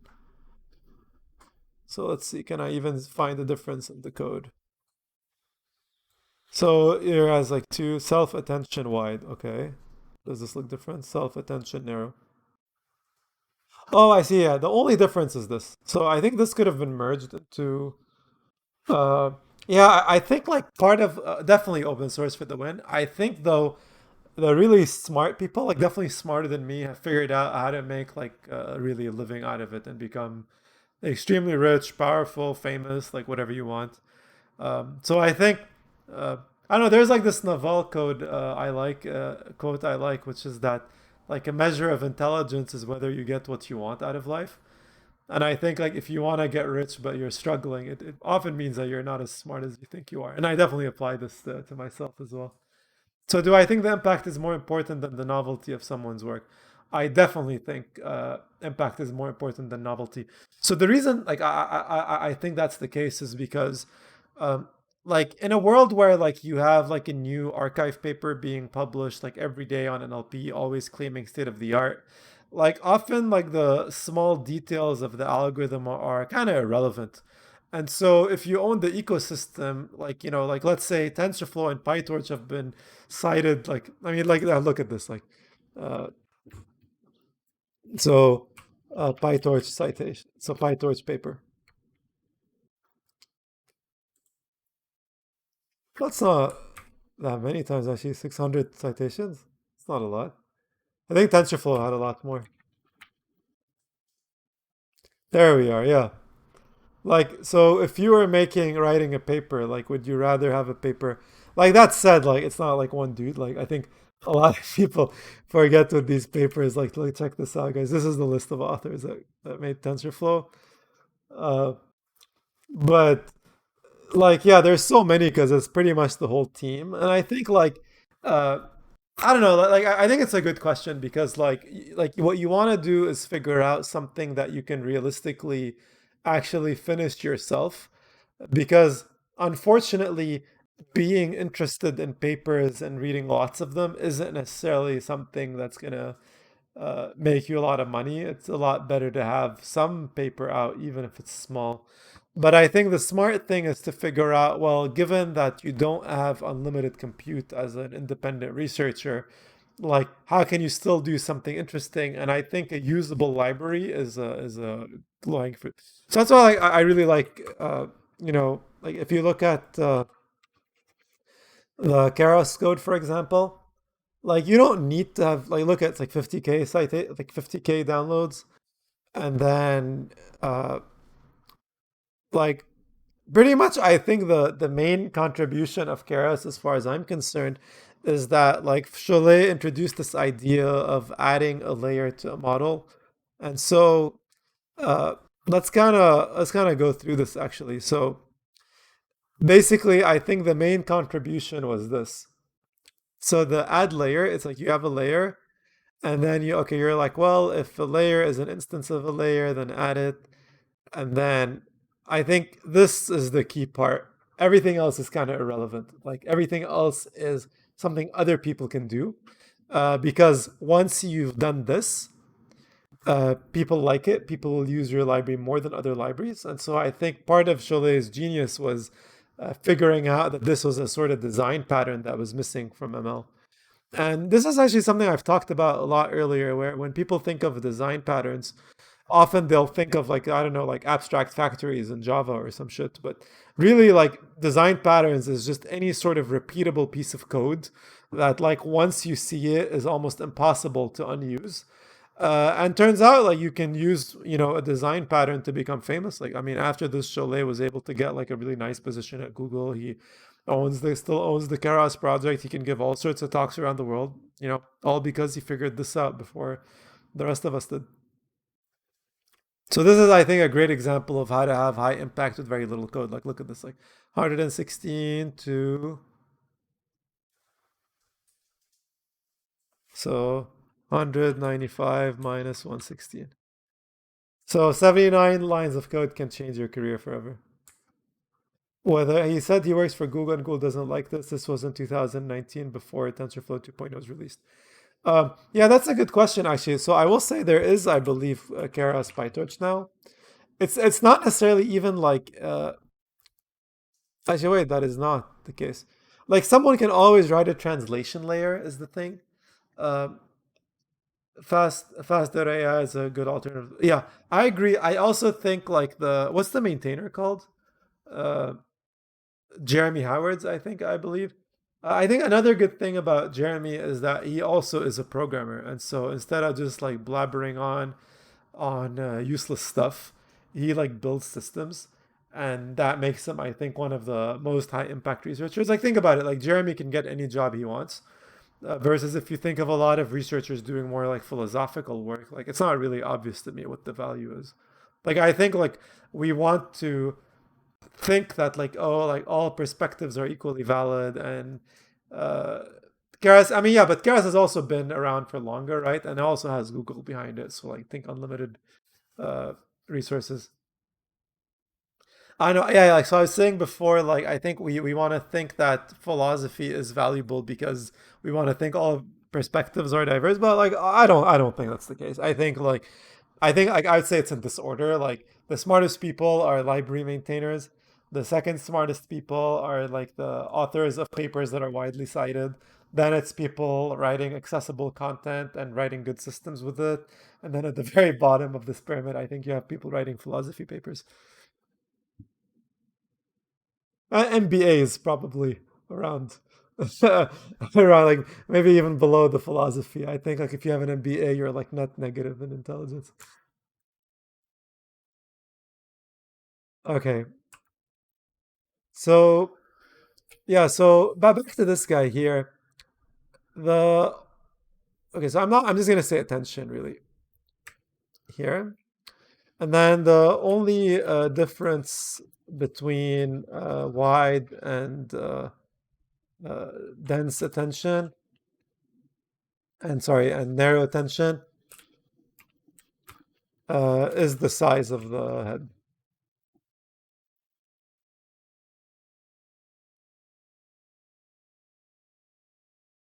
So let's see. Okay, so the fourth, so we have the, yeah, so we have the, and the attention layer, transformer block, layer normalization. Yeah, so let's see. So we have the key query value, which we've defined earlier. Um, and then where was this? Oh yeah. I guess it doesn't matter. I mean, is it the same code? Like, is there a forward layer here too? Forward.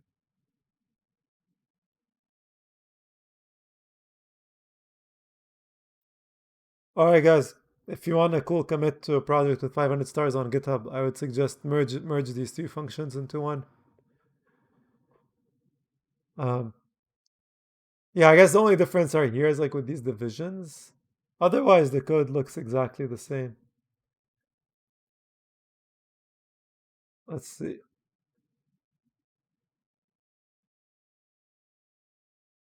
Yeah, I know. I guess I could do this later, but I also probably need to change the examples too.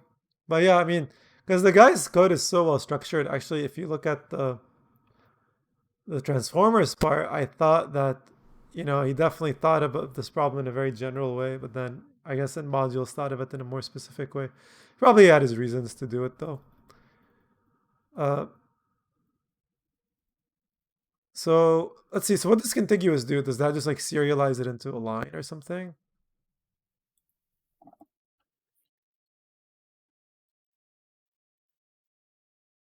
What do you think of Uber laying off all their AI researchers and closing their AI lab? I was about to join their AI residency program, but I have F'd the last interview, 6 interviews total. Uh, I'm sorry to hear that. Like that sucks. I will say that if you got accepted at Uber AI, you can probably get accepted at other good AI labs as well. So I would just say don't give up and keep applying to more places. I think what people forget, like I got this advice from one of my advisors at some point, is that like applications are a law of large numbers. Like you need to apply to many places to get accepted somewhere. So it doesn't matter. It doesn't matter how many times you fail because like no one will ever know. People will just know like where you end up at. So it'll look like you're successful from the outside. I think it's inevitable though. Like I mean, like if I were the CEO of Uber, I wouldn't be investing like it's like think of it like I think prior to coronavirus, like being in self-driving cars was probably like the coolest thing you can do in ML. But right now, I think it's kind of shown itself to be sort of a like non-essential problem because like you can people know how to drive. Like most people know how to drive. So like do you really like is this really what you need to do? So I think there's a lot more value in the language stuff, which has become very transformer focused. And I also think like pharmaceutical companies with drug discovery is another great area for ML these days. So I have this book I'm going through. Let me show you. It's right here. Um, it's really, really good. It has like all sorts of libraries. So I'd also suggest you do that. But otherwise, like I would say, like go like like if you can get any job, like let's say at Google, Facebook, Amazon, Microsoft, like any of these companies, I think you'll probably be very happy. Like I will say, most of the research looks almost identical from the outside. Like they're just all doing sort of the same thing. And they're the only ones that can still afford to have research labs. Like everyone else is so strapped for cash that being like a pure ML researcher, I think, is challenging. So I will say, like, you'll have trouble finding a pure ML position at a startup because even though they say we want an ML person, like, really what they're saying is we want someone that knows how to use all the ML libraries. We want someone that knows some basics about system and web development. So you can do that, and you could still be happy. Uh, Otherwise, I think like if I were you and I could get any job I wanted, I would want to work with this team. I would want to work with Unity. Um, so again, just just apply to lots of places. Like you never know. Uh, and definitely, I think like don't reject yourself. Like I think that's like the horrible thing of thinking I'm not gonna apply because like what if they reject me? Well, like by not applying, you're already in the same position. So just like fucking apply. Like you don't lose anything. Makes array to be stored row-wise in memory as opposed to column-wise in memory, Fortran, contiguous. Uh, yeah, that's interesting. Like that's what I figured. Funnily enough, like I used to think there was a consensus around this, but it looks like, for example, Julia is column store versus like Python is row store. So it's like so confusing, which is why like I guess in Python, if you iterate over columns, it's faster than if you iterate over that. No, of course, like come on, like again, like remember if you got the interview, that means like you're good enough to get another one. I know it sucks. I've been rejected many, many times. It was very painful. I think I guess if you guys don't mind, I can give you story time. Like the most painful rejection I had was being rejected from DeepMind. So it was for like a reinforcement learning position, and I really wanted this job because I was in a PM position at the time at Microsoft, and I really didn't like it. Uh, it was a 6 hour exam. So they asked me everything from like math to statistics to programming to CS theory. And I aced it. Like I did a really, really good job. And then like during like a coding screen, like I kind of froze in implementing like a basic Monte Carlo. Like I eventually did figure it out in the interview, but they expected me to be faster. That was really painful, honestly. Like, because did so much work to get ready for that interview. And ever since then, I actually never even got a reply from that team ever again, even though I have many friends that work there and a lot of them follow me on Twitter and stuff. But I guess from a recruiting standpoint, they don't care about me as much. No, like, but to be fair, like, I think there is definitely like people don't like to say it, but there is an advantage in being young because people don't expect you to have accomplished as much. Versus, like, I guess when you get closer to my age, people expect you to have created libraries and like, or have epic papers or something. And while I think that wasn't true for most people I met at big companies, like, there is like some people that are like that and they're amazing. Like, there are people that I would say are more valuable than entire teams. And it's like kind of one of the unintuitive things about software. Like the best people aren't twice as good as everyone else. They're like 10 times, if not 100 times better. All right. So we have like these transpose. Okay. And then we have these squares which we've divided. And then it's just a bunch of dot products. Holy shit. That's it. Damn. It is true. Yeah. I think it's like another one of those things where, yes, 10x, the 10x engineers do exist. And I would say maybe even 10x is an underestimate. The reason why that's the case is because typically we want to say something like everyone's feedback is as valuable, or like, everyone has a different area in which they contribute. But then, if that's the case, please tell me why Adam Psasek, I don't know if that is like the PyTorch developer, was 17 years old and pretty much developed PyTorch by himself. and I'm 29 and I haven't accomplished anything nearly as close. Like by the time the guy is my age, I think he'll have accomplished a lot more. And so I think this idea of, well, no, everyone has something to contribute. This is just us wanting to have reality be, wanting reality to reflect what we want it to be, as opposed to just looking at it objectively. Uh, but that's not the case. I think the attitude I've often taken is like lately is I just don't care anymore, and I feel that yes, there's people that are half my age that are 10 times smarter than me, but my attitude is like age does not correlate with intelligence. So just like learn as much as possible from people, even if they're half my age. So the goal isn't for me to be the best. I don't think that's going to happen. The goal is just for me to get better over time. So let's see, who is Michael Bober? I do not know. I'm just Googling him right now. Looks like a baby. Kaggle Top 100, University of Surrey. Oh, interesting. So just crushing it on Kaggle, it looks like. Like what? Like it sounds like you admire this guy. Why do you admire him? Looks really young. He is a grandmaster and he is a researcher.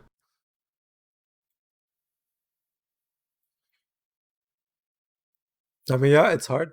Like I definitely will say like uh so I will say though, maybe this is like a brief sorry guys, I know we want to talk about birth. This is taking like a completely different path, but it's interesting. So whatever, let's just keep doing this. Um Here's the thing. I think that a lot of when I look at my most successful friends, uh, I think what a lot of them have in common is that they didn't wait for school or for anyone's permission to learn or do something. I think that if you spend, like what I spent, what like I don't know, like 10 years in school and then 4 years in undergrad and then 2 years in a master's. So all of that time was pretty much useless, I would say. Like you just spent all of this time learning all sorts of irrelevant stuff for irrelevant homework for like a piece of paper that tells you if you're smart and that you have the potential to be smart. And so often my advice is instead of asking for permission, just prove it. Like do a library, do that YouTube channel. Like have public facing output where people won't question your ability. Because that's basically like that's just you. Like you're gonna be free forever if you have that. Like if you get fired from a job, you'll find a job in a day because all of your output is publicly available. So I think smart people like Mikhail here have figured it out, and I think everyone else is waiting for school for permission to be smart. I feel I learned that at 25. I'm currently in my first year in masters. Yeah, so I would say like for me, doing a master's was invaluable. Like I wouldn't have gotten my job at Microsoft had I not had a master's from UCSD. But my biggest regret from my master's is not focusing on public facing output earlier. Like I had so many talks that I gave internally that weren't recorded, so many summaries that weren't recorded. So my field of study was at UCSD. I was in computer science, in machine learning and theory, and then in my undergrad I studied electrical engineering, but I didn't really like it to be honest. I liked computers a lot more than I liked electronics. I enjoy electronics, but what I hate about it is that it's almost impossible to debug shit. Versus in software, you can kind of do whatever you want. Um, but yeah, so like if you're in your masters, don't like being an A+ student. I think is a very stupid thing to do. I think you should be a B student because your most of your time should be filled with doing public facing projects. Yeah, masters in CS.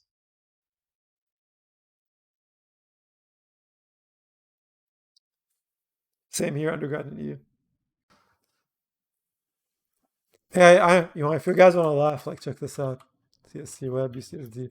This was me when I was in my master's. I had hair, by the way. Look at this luscious head of hair, guys. See this?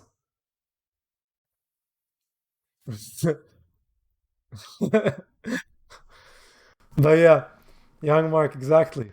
It's like fresh and so full of hope. I was so arrogant back then. I thought I was like the hottest shit ever. Like, look at this. Like, so cut. It's like, look at this guy. Like, I hate CSS. I don't know. This was my thesis with Sanjoy. I don't eat as much pizza, I guess, these days. Let's see. If you want to expand your mind, ooh, why is this page not found? It's like everyone hates CSS. I think honestly, like my favorite way of making interfaces has been Unity. To be honest, I think it has like the best. It's the best UX design tool like that I've ever seen. I don't think like because video games are the most complex UX. I think everyone in the web builds forms and then thinks they're the hottest shit.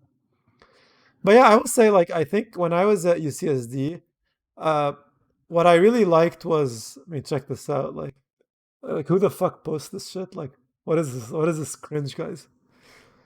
It's like I'm not even good at the base either. Like I had this, and it's like oh like I like philosophy. Like I like philosophy is basically a way for you to say like oh I think I'm smart, but actually I'm kind of a tart. Like I don't to be honest I don't even know who half of the like, okay I know Marx, Nietzsche, Confucius, Schopenhauer, Plato. Uh, who is this Rimbaud? I even know. Oh, this is Schopenhauer. They all look the same, do look. This is the forehead, you see? So you get this forehead. They are a damn ugly bunch.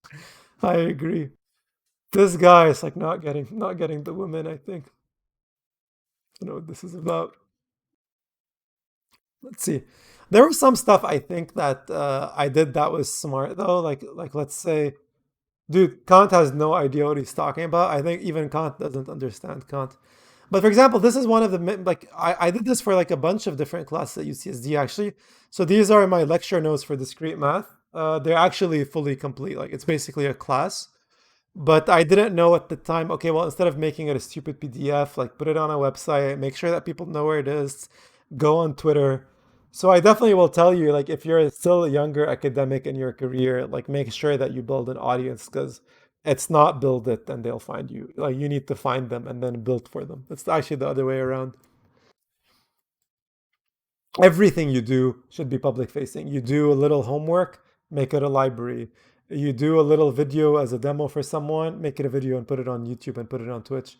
All of these are assets. Like all of these, like it's like while you sleep, they'll make you money. So let's see. Oh, I did have some cool.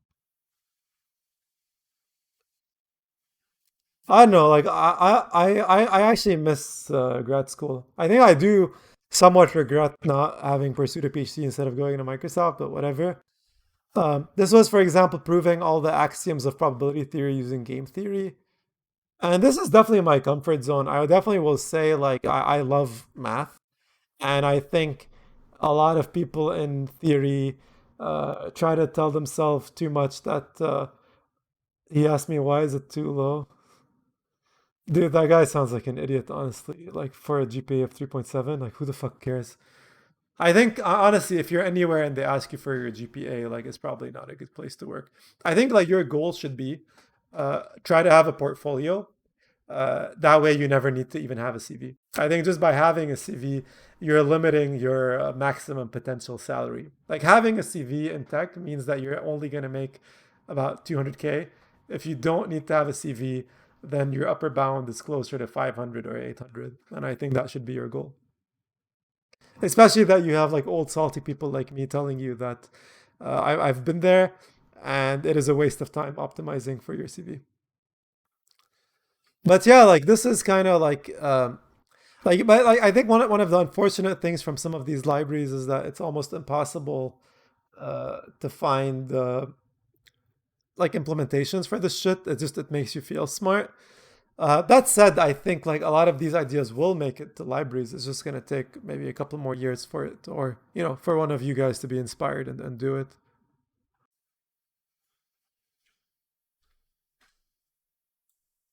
But you look, even I had a meme game. Like does anyone? You guys are probably even too young to remember Dog meme. But what year was this?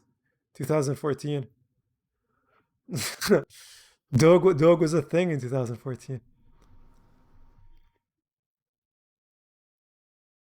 Honestly, even this is such stupid shit. Like I used to spend so much time doing these presentations in LaTeX. Like why? Just do it in Markdown. It's like so much faster. But academics, no, we have to do a presentation in LaTeX.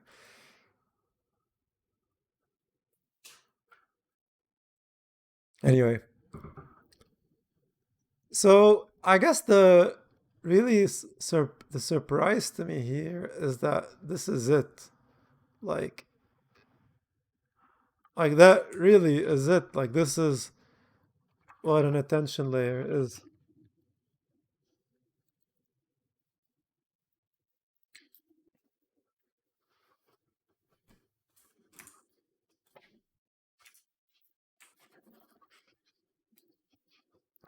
So let me just commit this.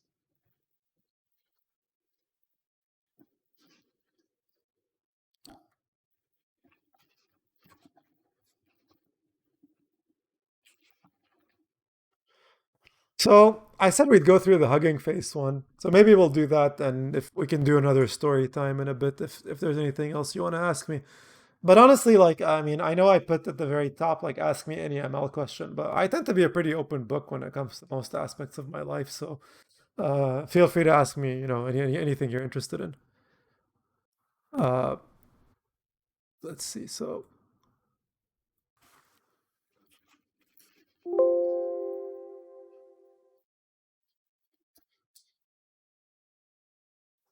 all right. Even like I don't know if you guys do this too, but often like when I open up a new library, like often know like I have a goal that like I need to fulfill, but I'm generally even pretty interested in seeing like everything, like all the little things and the little pieces of infra that they do to make their lives easier. And you can see, well, like look, they have like this nice config where all the libraries are being installed, like it's a bunch of hyperparameters all here. They have like a make file where you can do things.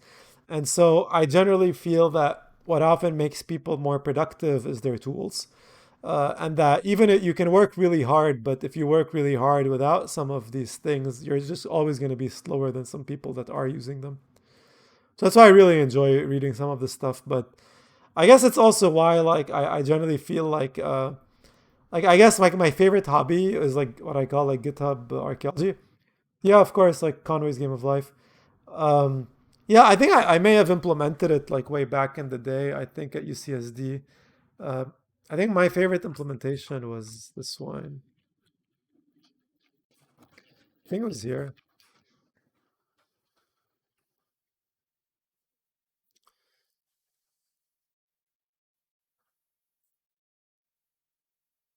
Cellular automata. Yeah, here.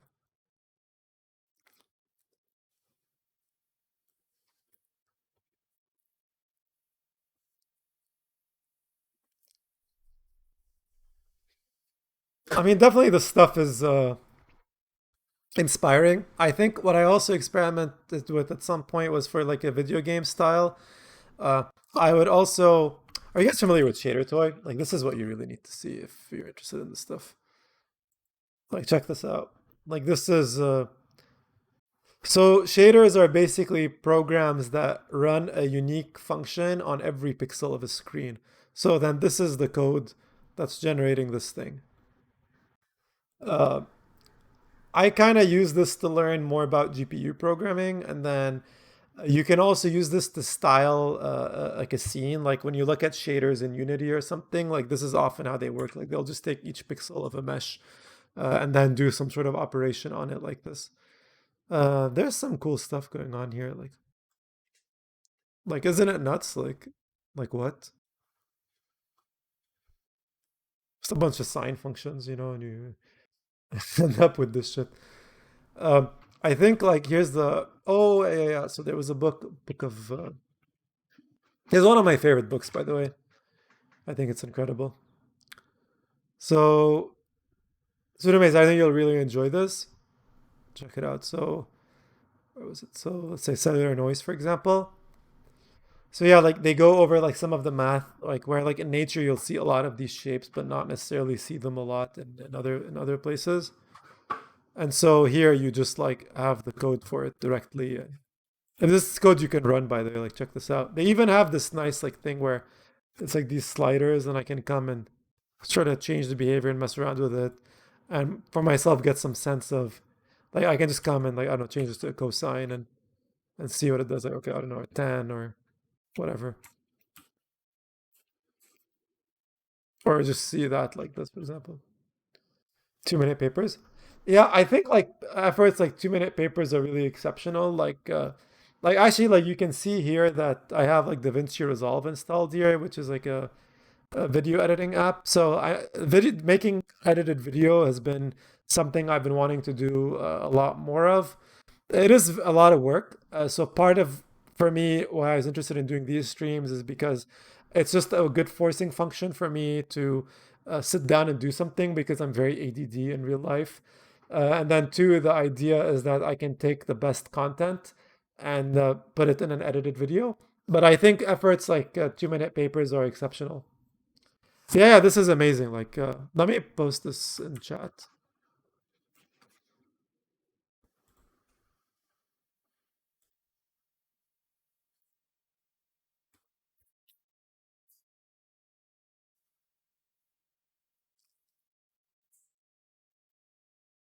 But yeah, this is exceptional. Also, there's this.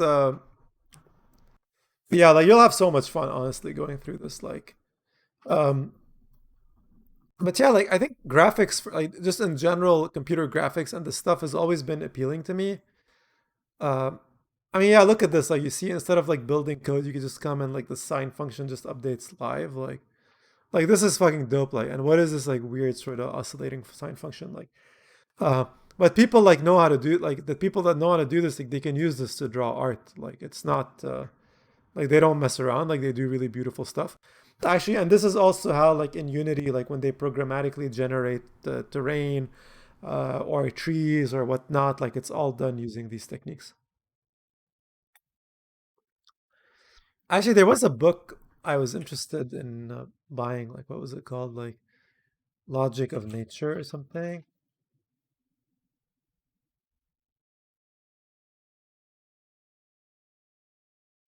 Math of Plants.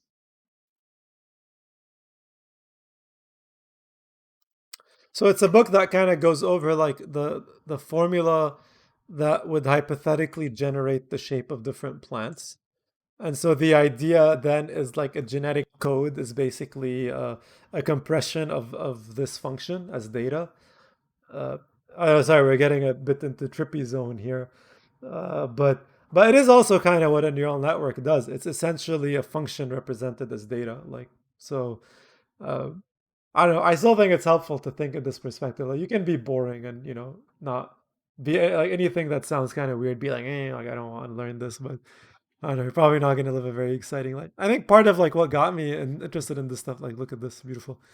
What got me interested in this stuff in the first place is that it sort of like gives me a sort of magic of discovery.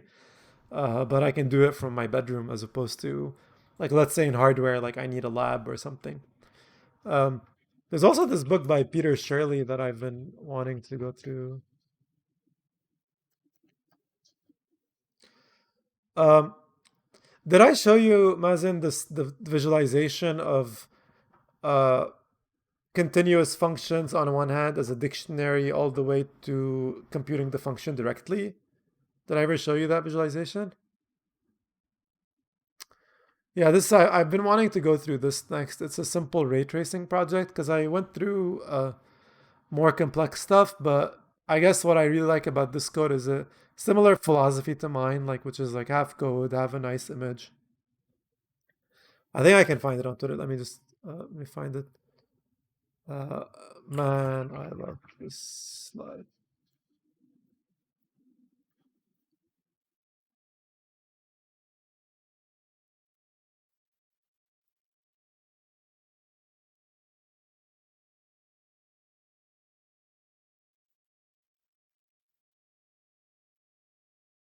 Okay, I lost it now. But when I find it, basically, it gives you this idea that let me see if I can redraw it. That would be cool.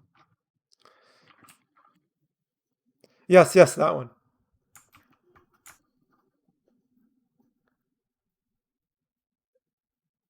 Like this is kind of crazy that this is it, right? Like so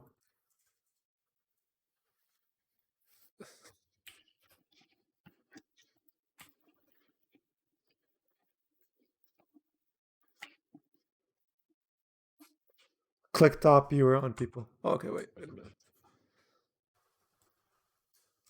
So Man, I love this slide. Oh yeah, there it is. Oh, thank you, Mickey. So here, so this is kind of like it gives you like a sort of nice theory between discrete computation versus continuous computation. So on one end of the spectrum, if you want to compute the result of a function, you just put everything in a table. And in fact, if you look at older like engineering textbooks, like they often had like these large tables, so you wouldn't need to compute. The no street bus later. Hey, Krishan, nice to see you again. Yeah, it's okay. Like, I think I wonder, like, if I should have a more reliable time. Like, could you guys let me know which time zones are you in? Because maybe it'll help me make a more convenient time, since I think most of you are the regulars here at this point. Are you in PST? Are you in Europe? Are you in EST? But anyway, so this is on one end of the spectrum. You have just like a dictionary, and on the other end of the spectrum is a direct computation. But somewhere in between, you have function approximation, where in function approximation, depending on the value of h that you pick, basically, like, let me show you this. Like, if you look at the derivative definition, Central European, summertime. I've never heard summertime described before. Oh yeah, because time, yeah, daylight saving time. Yeah, so here. So like, if you look at the definition here of a derivative, like depending on the value of h that you pick, you're basically doing a trade-off between how good you want your like you're basically deciding how good you want your approximation to be. And so you end up with this sort of continuous trade-off here where this is closer to direct computation. But then like if you think about something like memoization, it's close to like a lookup table where like if you've seen something before, then store it. Otherwise, don't, and just compute the function. So this slide that I really love, I think like it explains so much stuff at the intersection of discrete versus continuous math. Because this is kind of like most numerical computing is here, functional programming is here, object-oriented programmer is closer to here, and then this is closer to dynamic programming, I guess. So you see all sorts of different philosophies. Wow, I have so much people on chat today. So yeah, we were talking about BERT and NLP, but honestly, at this point, we've been kind of doing story time. So if you guys have any questions about anything, like feel free to ask me. I'm an open book, and I can talk about absolutely anything you want. Um, yeah, I think what I want to do now then is the I had the transformer BERT here. Where was it? Yeah, so let me just open this up. Dota just released a new update, so it's like I took a lot of self-discipline on my part not to just binge and play video games all day today. I'll get to that later. Anyway, so like for example here, uh, let's see, like we're gonna look at everything that says BERT because that's just what we were doing before. So for example, you'll see here like it's just like a sort of dictionary for where the models are actually stored, and then the models are stored as a JSON file. And then here it's just saying, uh, these are the hyperparameters for this model, like the vocab size, number of attention heads. So it's not actually the model itself, it's more like the hyperparams of the model. They're putting it on AWS. The reason they're doing that is if you're using Git and you store a lot of data, then all of your data of all time is stored here forever. And so you end up with these like really unwieldy files, and whenever someone wants to pull your repo from scratch, like it's gonna take forever. They could use Git large file system for this, but I don't know. But then they're re-putting it here. Okay, yeah. So I think we don't care about this. Oh, but let me show you this notebook. Uh, Here, let's do this. That I have this open.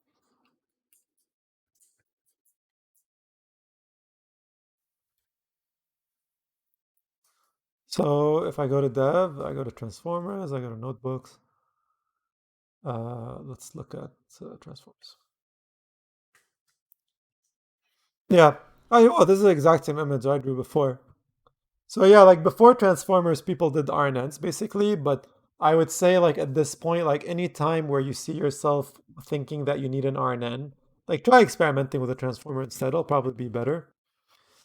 Um, and so yeah, like this was the this is making a lot more sense now. So the multi-head attention, the additional the layer normalization, the feed forward neural network. So I don't know why they call it here addition and norm. They could just call it like layer normalization.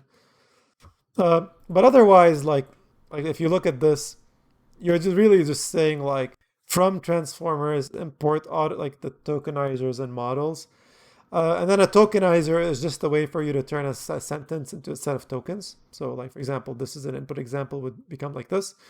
The reason this is important is because it's not necessarily always, you can't just do it on line breaks. Like that's the, sorry, on white space. Like that's the obvious way to do it.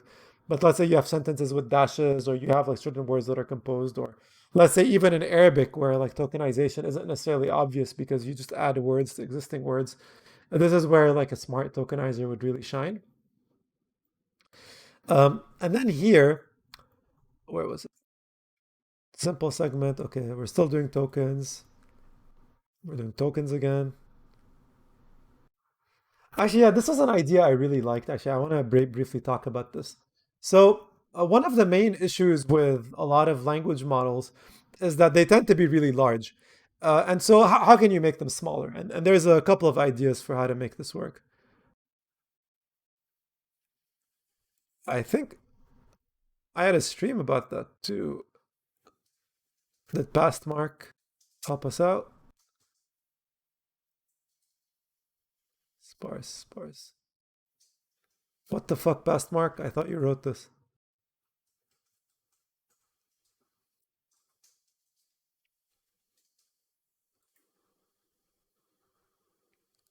Drug discovery, deep RL. I could have sworn I had it written down. Sparse, sparse, sparse.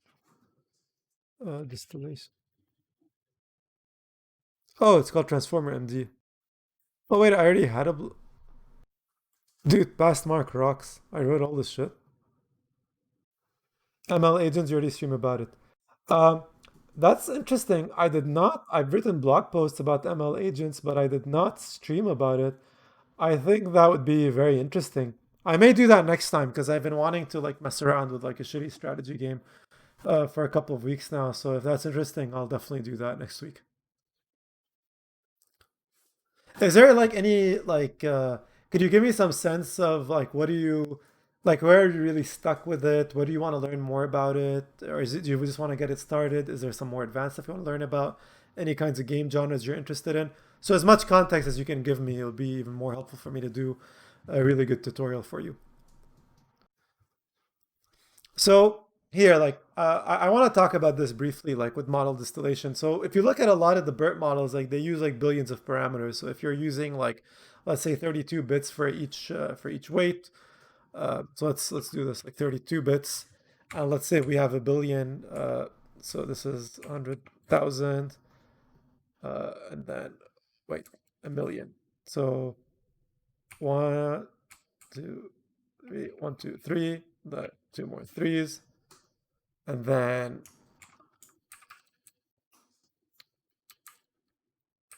if we divide this by so a kilobyte, megabyte. I mean, yeah, like this is not even gonna fit on a single SSD. So you end up in this setting where you need to compress your model. And this is where like an idea like model distillation really shines. And so the main idea is that you have a model that you've trained, and then you have another model that's much smaller where you want to train it to replicate the bigger model.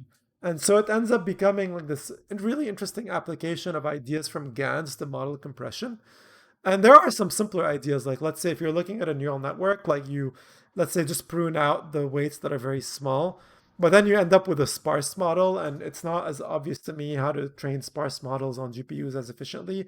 There's definitely lots of libraries to do it, but you're not gonna get like this breakneck speed performance out of it. Um, let's see. So I think we're good with the examples. So let's just kind of look at the code itself. So I mean, yeah, again, you want another nice contribution? Like, contribute the loss function here. Like here, for example, like a lot of like you see this like the swish loss function, and instead of being sigmoid, it's x times the sigmoid, and then you can write a paper about the swish function. Like here's my function: define Mark Seraphin x, and then it returns x squared plus x times torch dot sigmoid x. Where's my Turing award, guys? I want to write a paper about this. Thank you, thank you. Anyway, more seriously, I had explored ML agents earlier and I was waiting for them to stick with something stable. It is nice. I have to check it again later after release. I will tweet with more context. I mean, yeah, like feel free to just send me a direct message as well. I think my DMs are open if there's anything you want to talk about. Um, but yeah, like I think like definitely the project's been getting more usable over time. Um, but I still think relative to what it does, I don't know anything that does what ML agents does in a simpler way. Like I don't see myself making a 3D engine with RL stuff in Python at this point. Like sure you could, but like you'd be kind of a masochist at this point.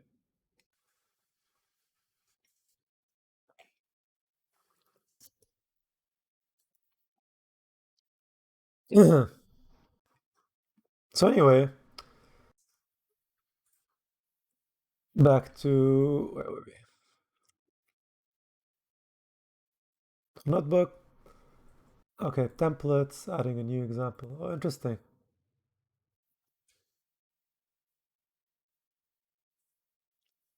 I'm doing a similar thing to distillation, but for speed and not necessarily memory efficiency. Dynamic time warping is a slow procedure, so instead of training a CNN to mimic the dynamic time warping and thereby having like 1000x speed up. Oh, damn. I may have to pause it. I don't know what dynamic time warping is. Let me check this. Yeah, it's one of the algorithms for measuring similarity between two temporal sequences, which may vary in speed. For instance, if someone walking can be detected. That's interesting. You may get good mileage out of transformers too, because it's a sequence to sequence task. I think you're using like 1D convolutions, I'm assuming. Is that correct?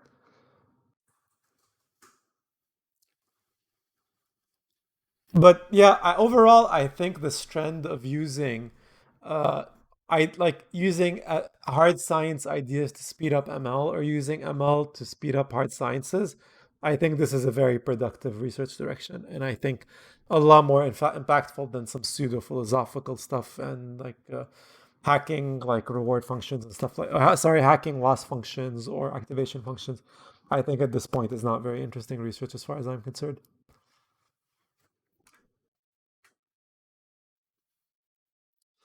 Why is there not that why is it that when I go to the Wikipedia for this thing I see this like yeah I'm gonna ask you to write the Python code for this thing here. Like what is the shortest algorithm for dynamic time warping I can write? Hey Mazen. Because like I don't know like this reminds me like do you guys know where this syntax comes from by the way? I wonder how like if you also have to read the same book. There's this very specific book this syntax comes from.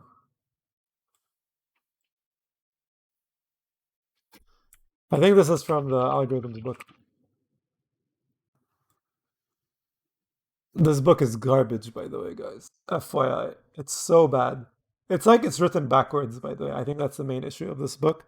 They start with writing the specific submodules and then they assemble them at the very end. I think they should have written it the other way around. I think the best algorithms book that I know of, I think this is an amazing one. This is actually my advisor at UCSD, Sanjay. Yeah. It's an exceptional book. And then the other exceptional book I think was this one. It doesn't look like it's a very serious book, but it's actually the one I use to like when I want to review programming interview stuff. It's the one I use because it, for example, showed me the shortest implementations of breadth first search and graph and depth first search that I know of. Let me show you. I think undergrad Python data structure. Algorithms for optimization. This is a very good book, actually. Yeah. No, you have good taste, my dude. Like, I wish I had this book when I was a student. Like, but yeah, excellent book. So I'm currently using a Python implementation of DTW to help speed it up a little, although my uni is HPC to compute the DTW, as it'll take too long to do locally. So out of curiosity, I mean, given unlimited compute, how is DTW sped up? Is it something that takes advantage of GPUs? Does it need distributed programming? Does it need multiple threads? If so, I would say like one of the best bangs for your buck would probably just buy a gaming rig at this point. Like the new Ryzen CPUs are kind of insane, and a lot of scientific code I think you can just like run by yourself without getting anyone's permission. I guess it depends if you can afford it too, but I think spending a couple of $1,000s on a desktop PC is not a big deal if it's the main thing you're working with. It'd be stupid if you spend it on shoes, but on a PC, I think it's fine. On CPU and on GPU. Yeah, you want this guy then.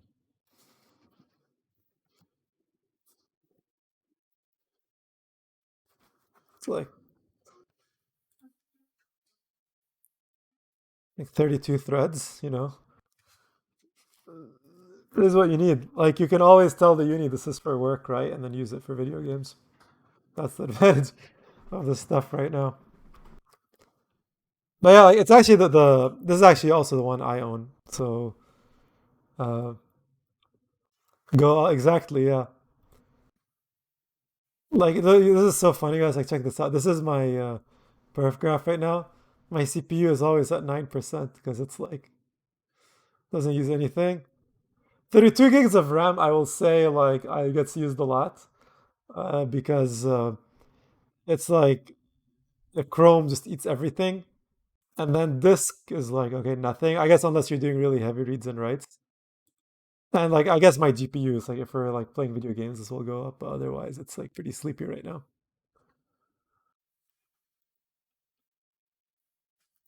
Honestly, yeah, I think people like, here's the thing. I think people like to save money, but I think if you save money on the wrong, like, you shouldn't save money on the wrong stuff. Like, you're probably all programmers. You're gonna be programming, probably for the rest of your lives. It's okay if you get a machine that makes you happy, you know. Yeah, yeah, post it. Like you should post a link here. I'm happy to see it. We can compare rigs. Um, Sorry, I'm just opening it up from my laptop.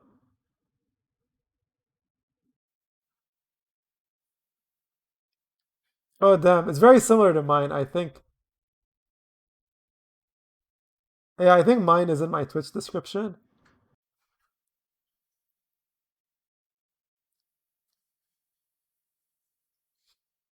But yeah, I really like how you have a wiki about yourself. I think basically everything you learn, you should turn it into an asset because you'd be surprised. Like you think this stuff is easy to build, but then I guess most people I know IRL haven't actually built their own computers. It's mostly people like you guys, which I've met online that do this stuff. So you're always going to be surprised by how much you actually already know. Anyway, let's see. So back to this guy. Where was the transformer? So source transformers. I don't care about the configure. I care about the model. Yeah, modeling BERT. Yes. So this is what we wanted, and then okay, this is for the pre-trained model. You load the weights. Okay, whatever. Blah blah blah. What is this even doing? Oh, fuck this bullshit. Like a Misc function. Like, okay, like it's like here you guys go. This is me doing research. Squish X.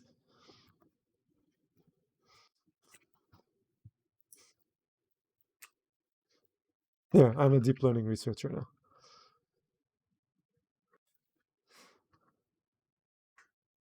I'm just sick of this pseudo research. Like I see this a lot. Like, squish. All right. Anyway, it's like I don't want to get too tilted right now. I still want to be educational. But yeah, like I think what's interesting about this is the code looks very similar to the one we saw before. So the word embedding, position embedding, and I guess here they do add token type embeddings. The difference with token type embeddings is that it's stuff for like let's say end of line. or like a masked input or whatever, you would want to have a special symbol for them. The layer normalization and then dropout. So it looks exactly the same. And then, okay, all this weird stuff going on with the unsqueeze. What's unsqueeze?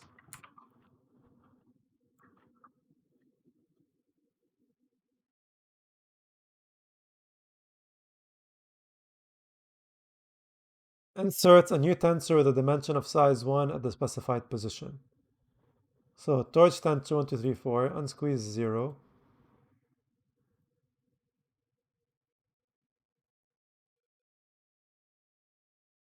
Okay, a lot of this stuff confuses me because I'm not sure what should be.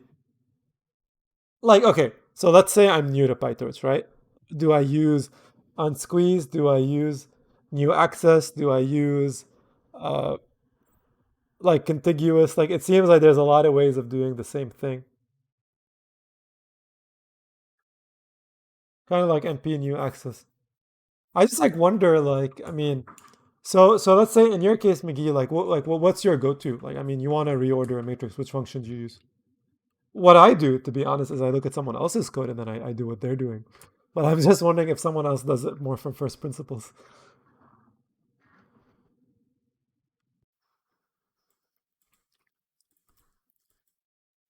Okay, same. Yeah, that's what I figured. Anyway, let's expand. Expand torch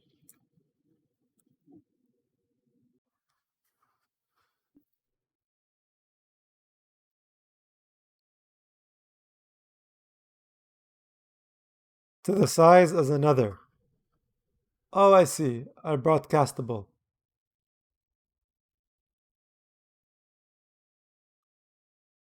I can't give any recommendations. Still fairly new to it. No, yeah, it's all good. Like, it's just I guess what I've noticed is that I've actually tried to bug a lot of people on Twitter, including like the core maintainers of SciPy and NumPy, where they always like one of them just had published this new class on the basics of machine learning, and I was like, well, like, there's already a lot of classes on the basics of machine learning. Like, do you mind giving us a sort of intermediate like class on how would I go about writing a numerical linear algebra library from scratch, like in a performant one?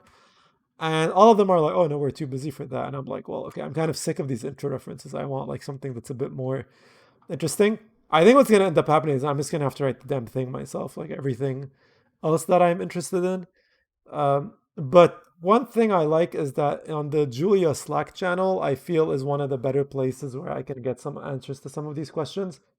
Because the PyTorch Slack is really bad. Like no one ever talks on it.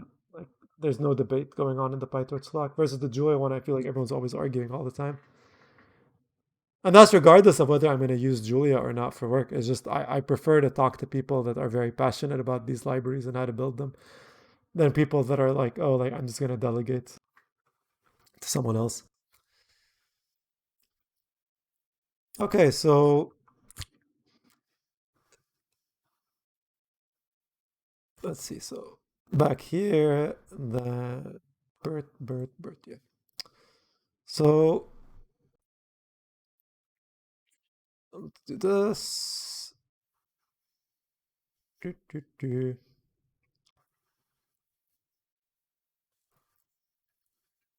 Okay.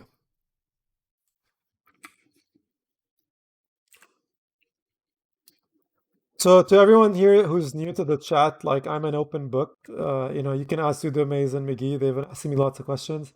If you have absolutely any questions about anything about machine learning, software, my life, work at Microsoft, work on startup, academia, I'm an open book. Feel free to ask me.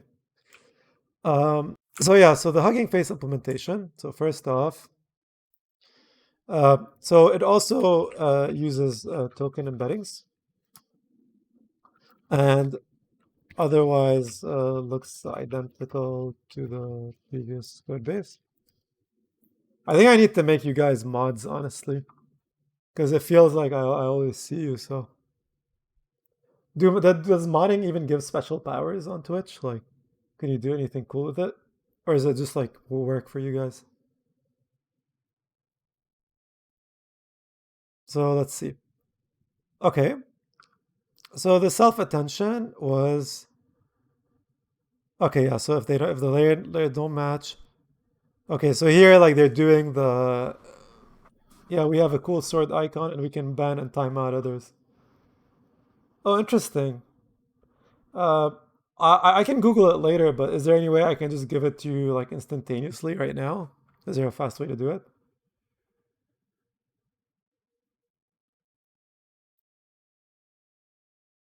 Click on my username.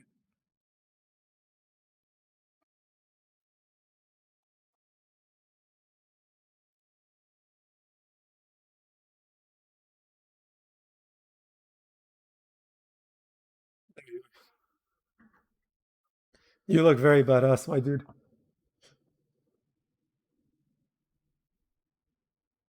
So, okay, so um, I'm kind of surprised how similar the two code bases looked like because I thought the other code would be like this newbie code, but it actually had most of the ideas. I think the key thing uh, is it uses the what's it called like narrow and wide?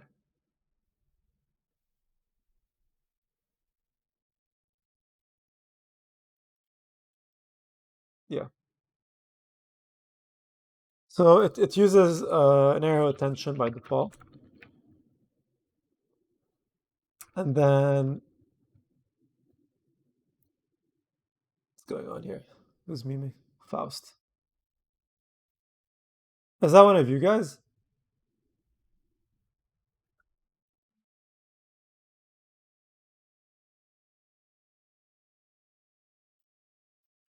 All right.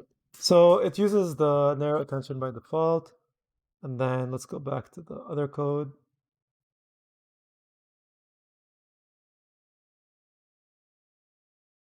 Yeah. So exactly the same. And then, like, yeah, I mean, looking at this, I have no idea what this is doing, for example. Like this is the kind of code that confuses me. This, I guess we've seen this pattern already, which is you like stack them all together. But the other code was nicer. You see, like it was clear that this was a for loop versus here it's kind of implicit. Check this thing later, ray tracing and notepad at 30 FPS. Yeah, I believe I saw it already. It's kind of nuts. Yeah, I'll show it to chat if anyone's interested.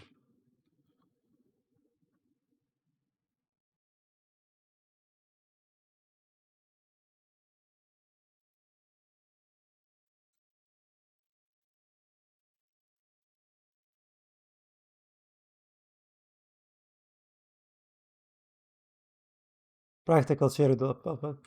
See.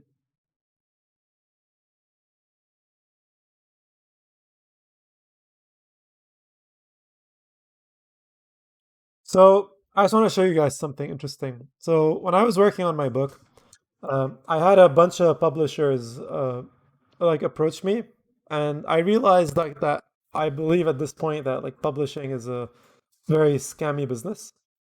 So check this out. Like you see this guy, we're all sharing his post, and it's like the biggest meme, right? So we all now know who Kyle Halliday is. Versus look at the book he wrote, right? He wrote a book. It has 3 ratings on Amazon. So not that many people are buying this.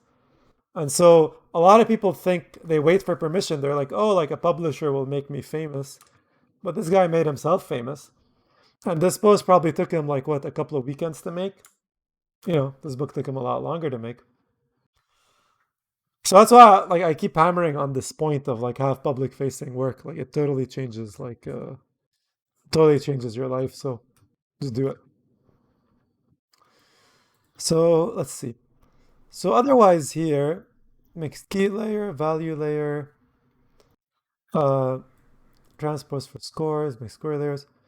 Yeah, I mean this is almost identical, right? And then attention scores is divided by the attention head size, self output. Wait, why is this so much longer actually at this point? It looked like the other code before, but now there's a lot more code. And it all kind of looks the same. BERT output. That's what's the difference between a BERT output and a BERT layer. So we have attention as decoder. Oh, I see. Okay. Holy shit, how many lines of code is this thing? Oh, I see. Okay. Talk strength callable. What is this?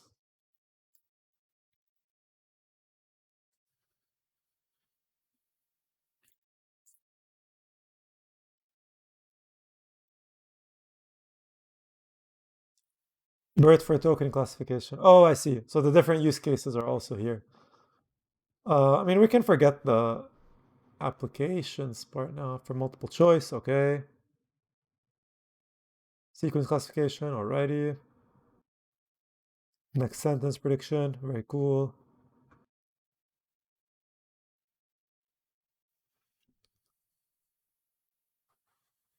Mass language modeling.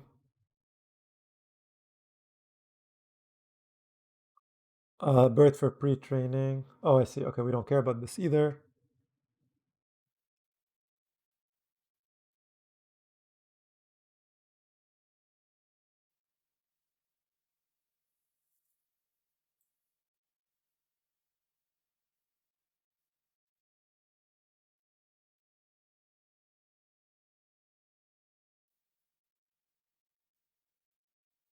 All right. So, okay, the input embeddings, pruning heads. I know what pruning head means. It's not really mentioned in the paper. So maybe it is mentioned in the paper. Let's see.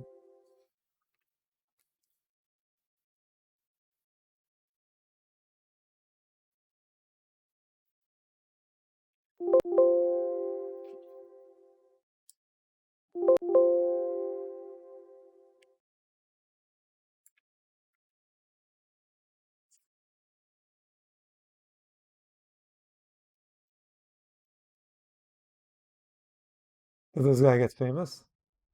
Oh yeah, you see. So like one blog post bootstrapped him to 1,000 followers. So I heard from a friend. I have a friend who has like 30,000 Twitter followers. He told me that basically, after you pass the 3,000 mark, you sort of get to a point where there's a feedback loop where people see your profile and then instantaneously follow you. And don't underestimate. Like, I mean, this looks like monopoly internet points, but consider that if you have like, I mean, I'll just show you actually. So I have nothing. I have like 400 followers, but then like my tweets were seen by 211,000 people. Like no talk I'm gonna give is gonna get me this many eyes, like ever. And so it's kind of important to do this because unless your work is seen by other people, it pretty much doesn't exist. All right. So Pooler. Okay, so here I guess like it's just like it has more uh stuff. Like for example, I don't remember seeing the pooler in the other code base or this thing.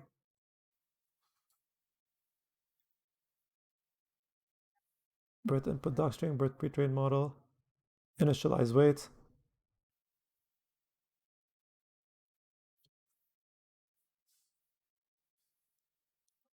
Module bias, if there's model bias, the data that's zero.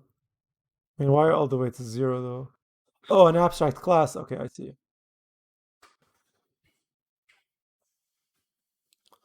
I guess this implementation feels a lot more complicated than it should be because it's trying to like abstract away all possible versions of BERT. Whereas like you really just like need, one. Like this is cool and all, but this feels like it could have been a lot shorter, if you ask me. States.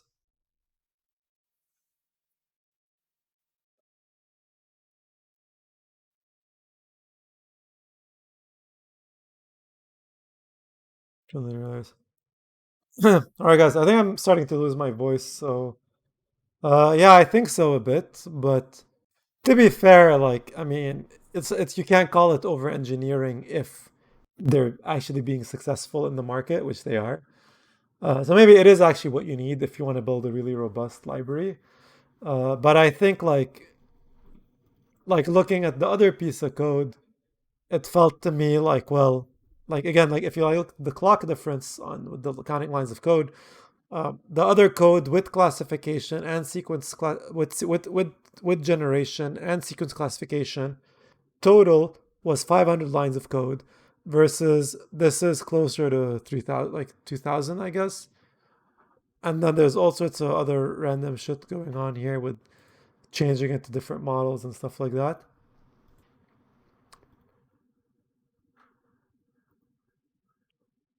Yeah, I see they have more stuff, like more metrics, but this is all relatively straightforward. Like this, you can actually recreate yourself without too much work. Like you just look at the definition of a metric on Wikipedia, and it's usually fairly straightforward to re-implement. Data sets is like, some nice helper functions to add them. Uh, oh, interesting. You can just do this in Python. It's interesting. I like this pattern. Because I've always been looking for this pattern like this.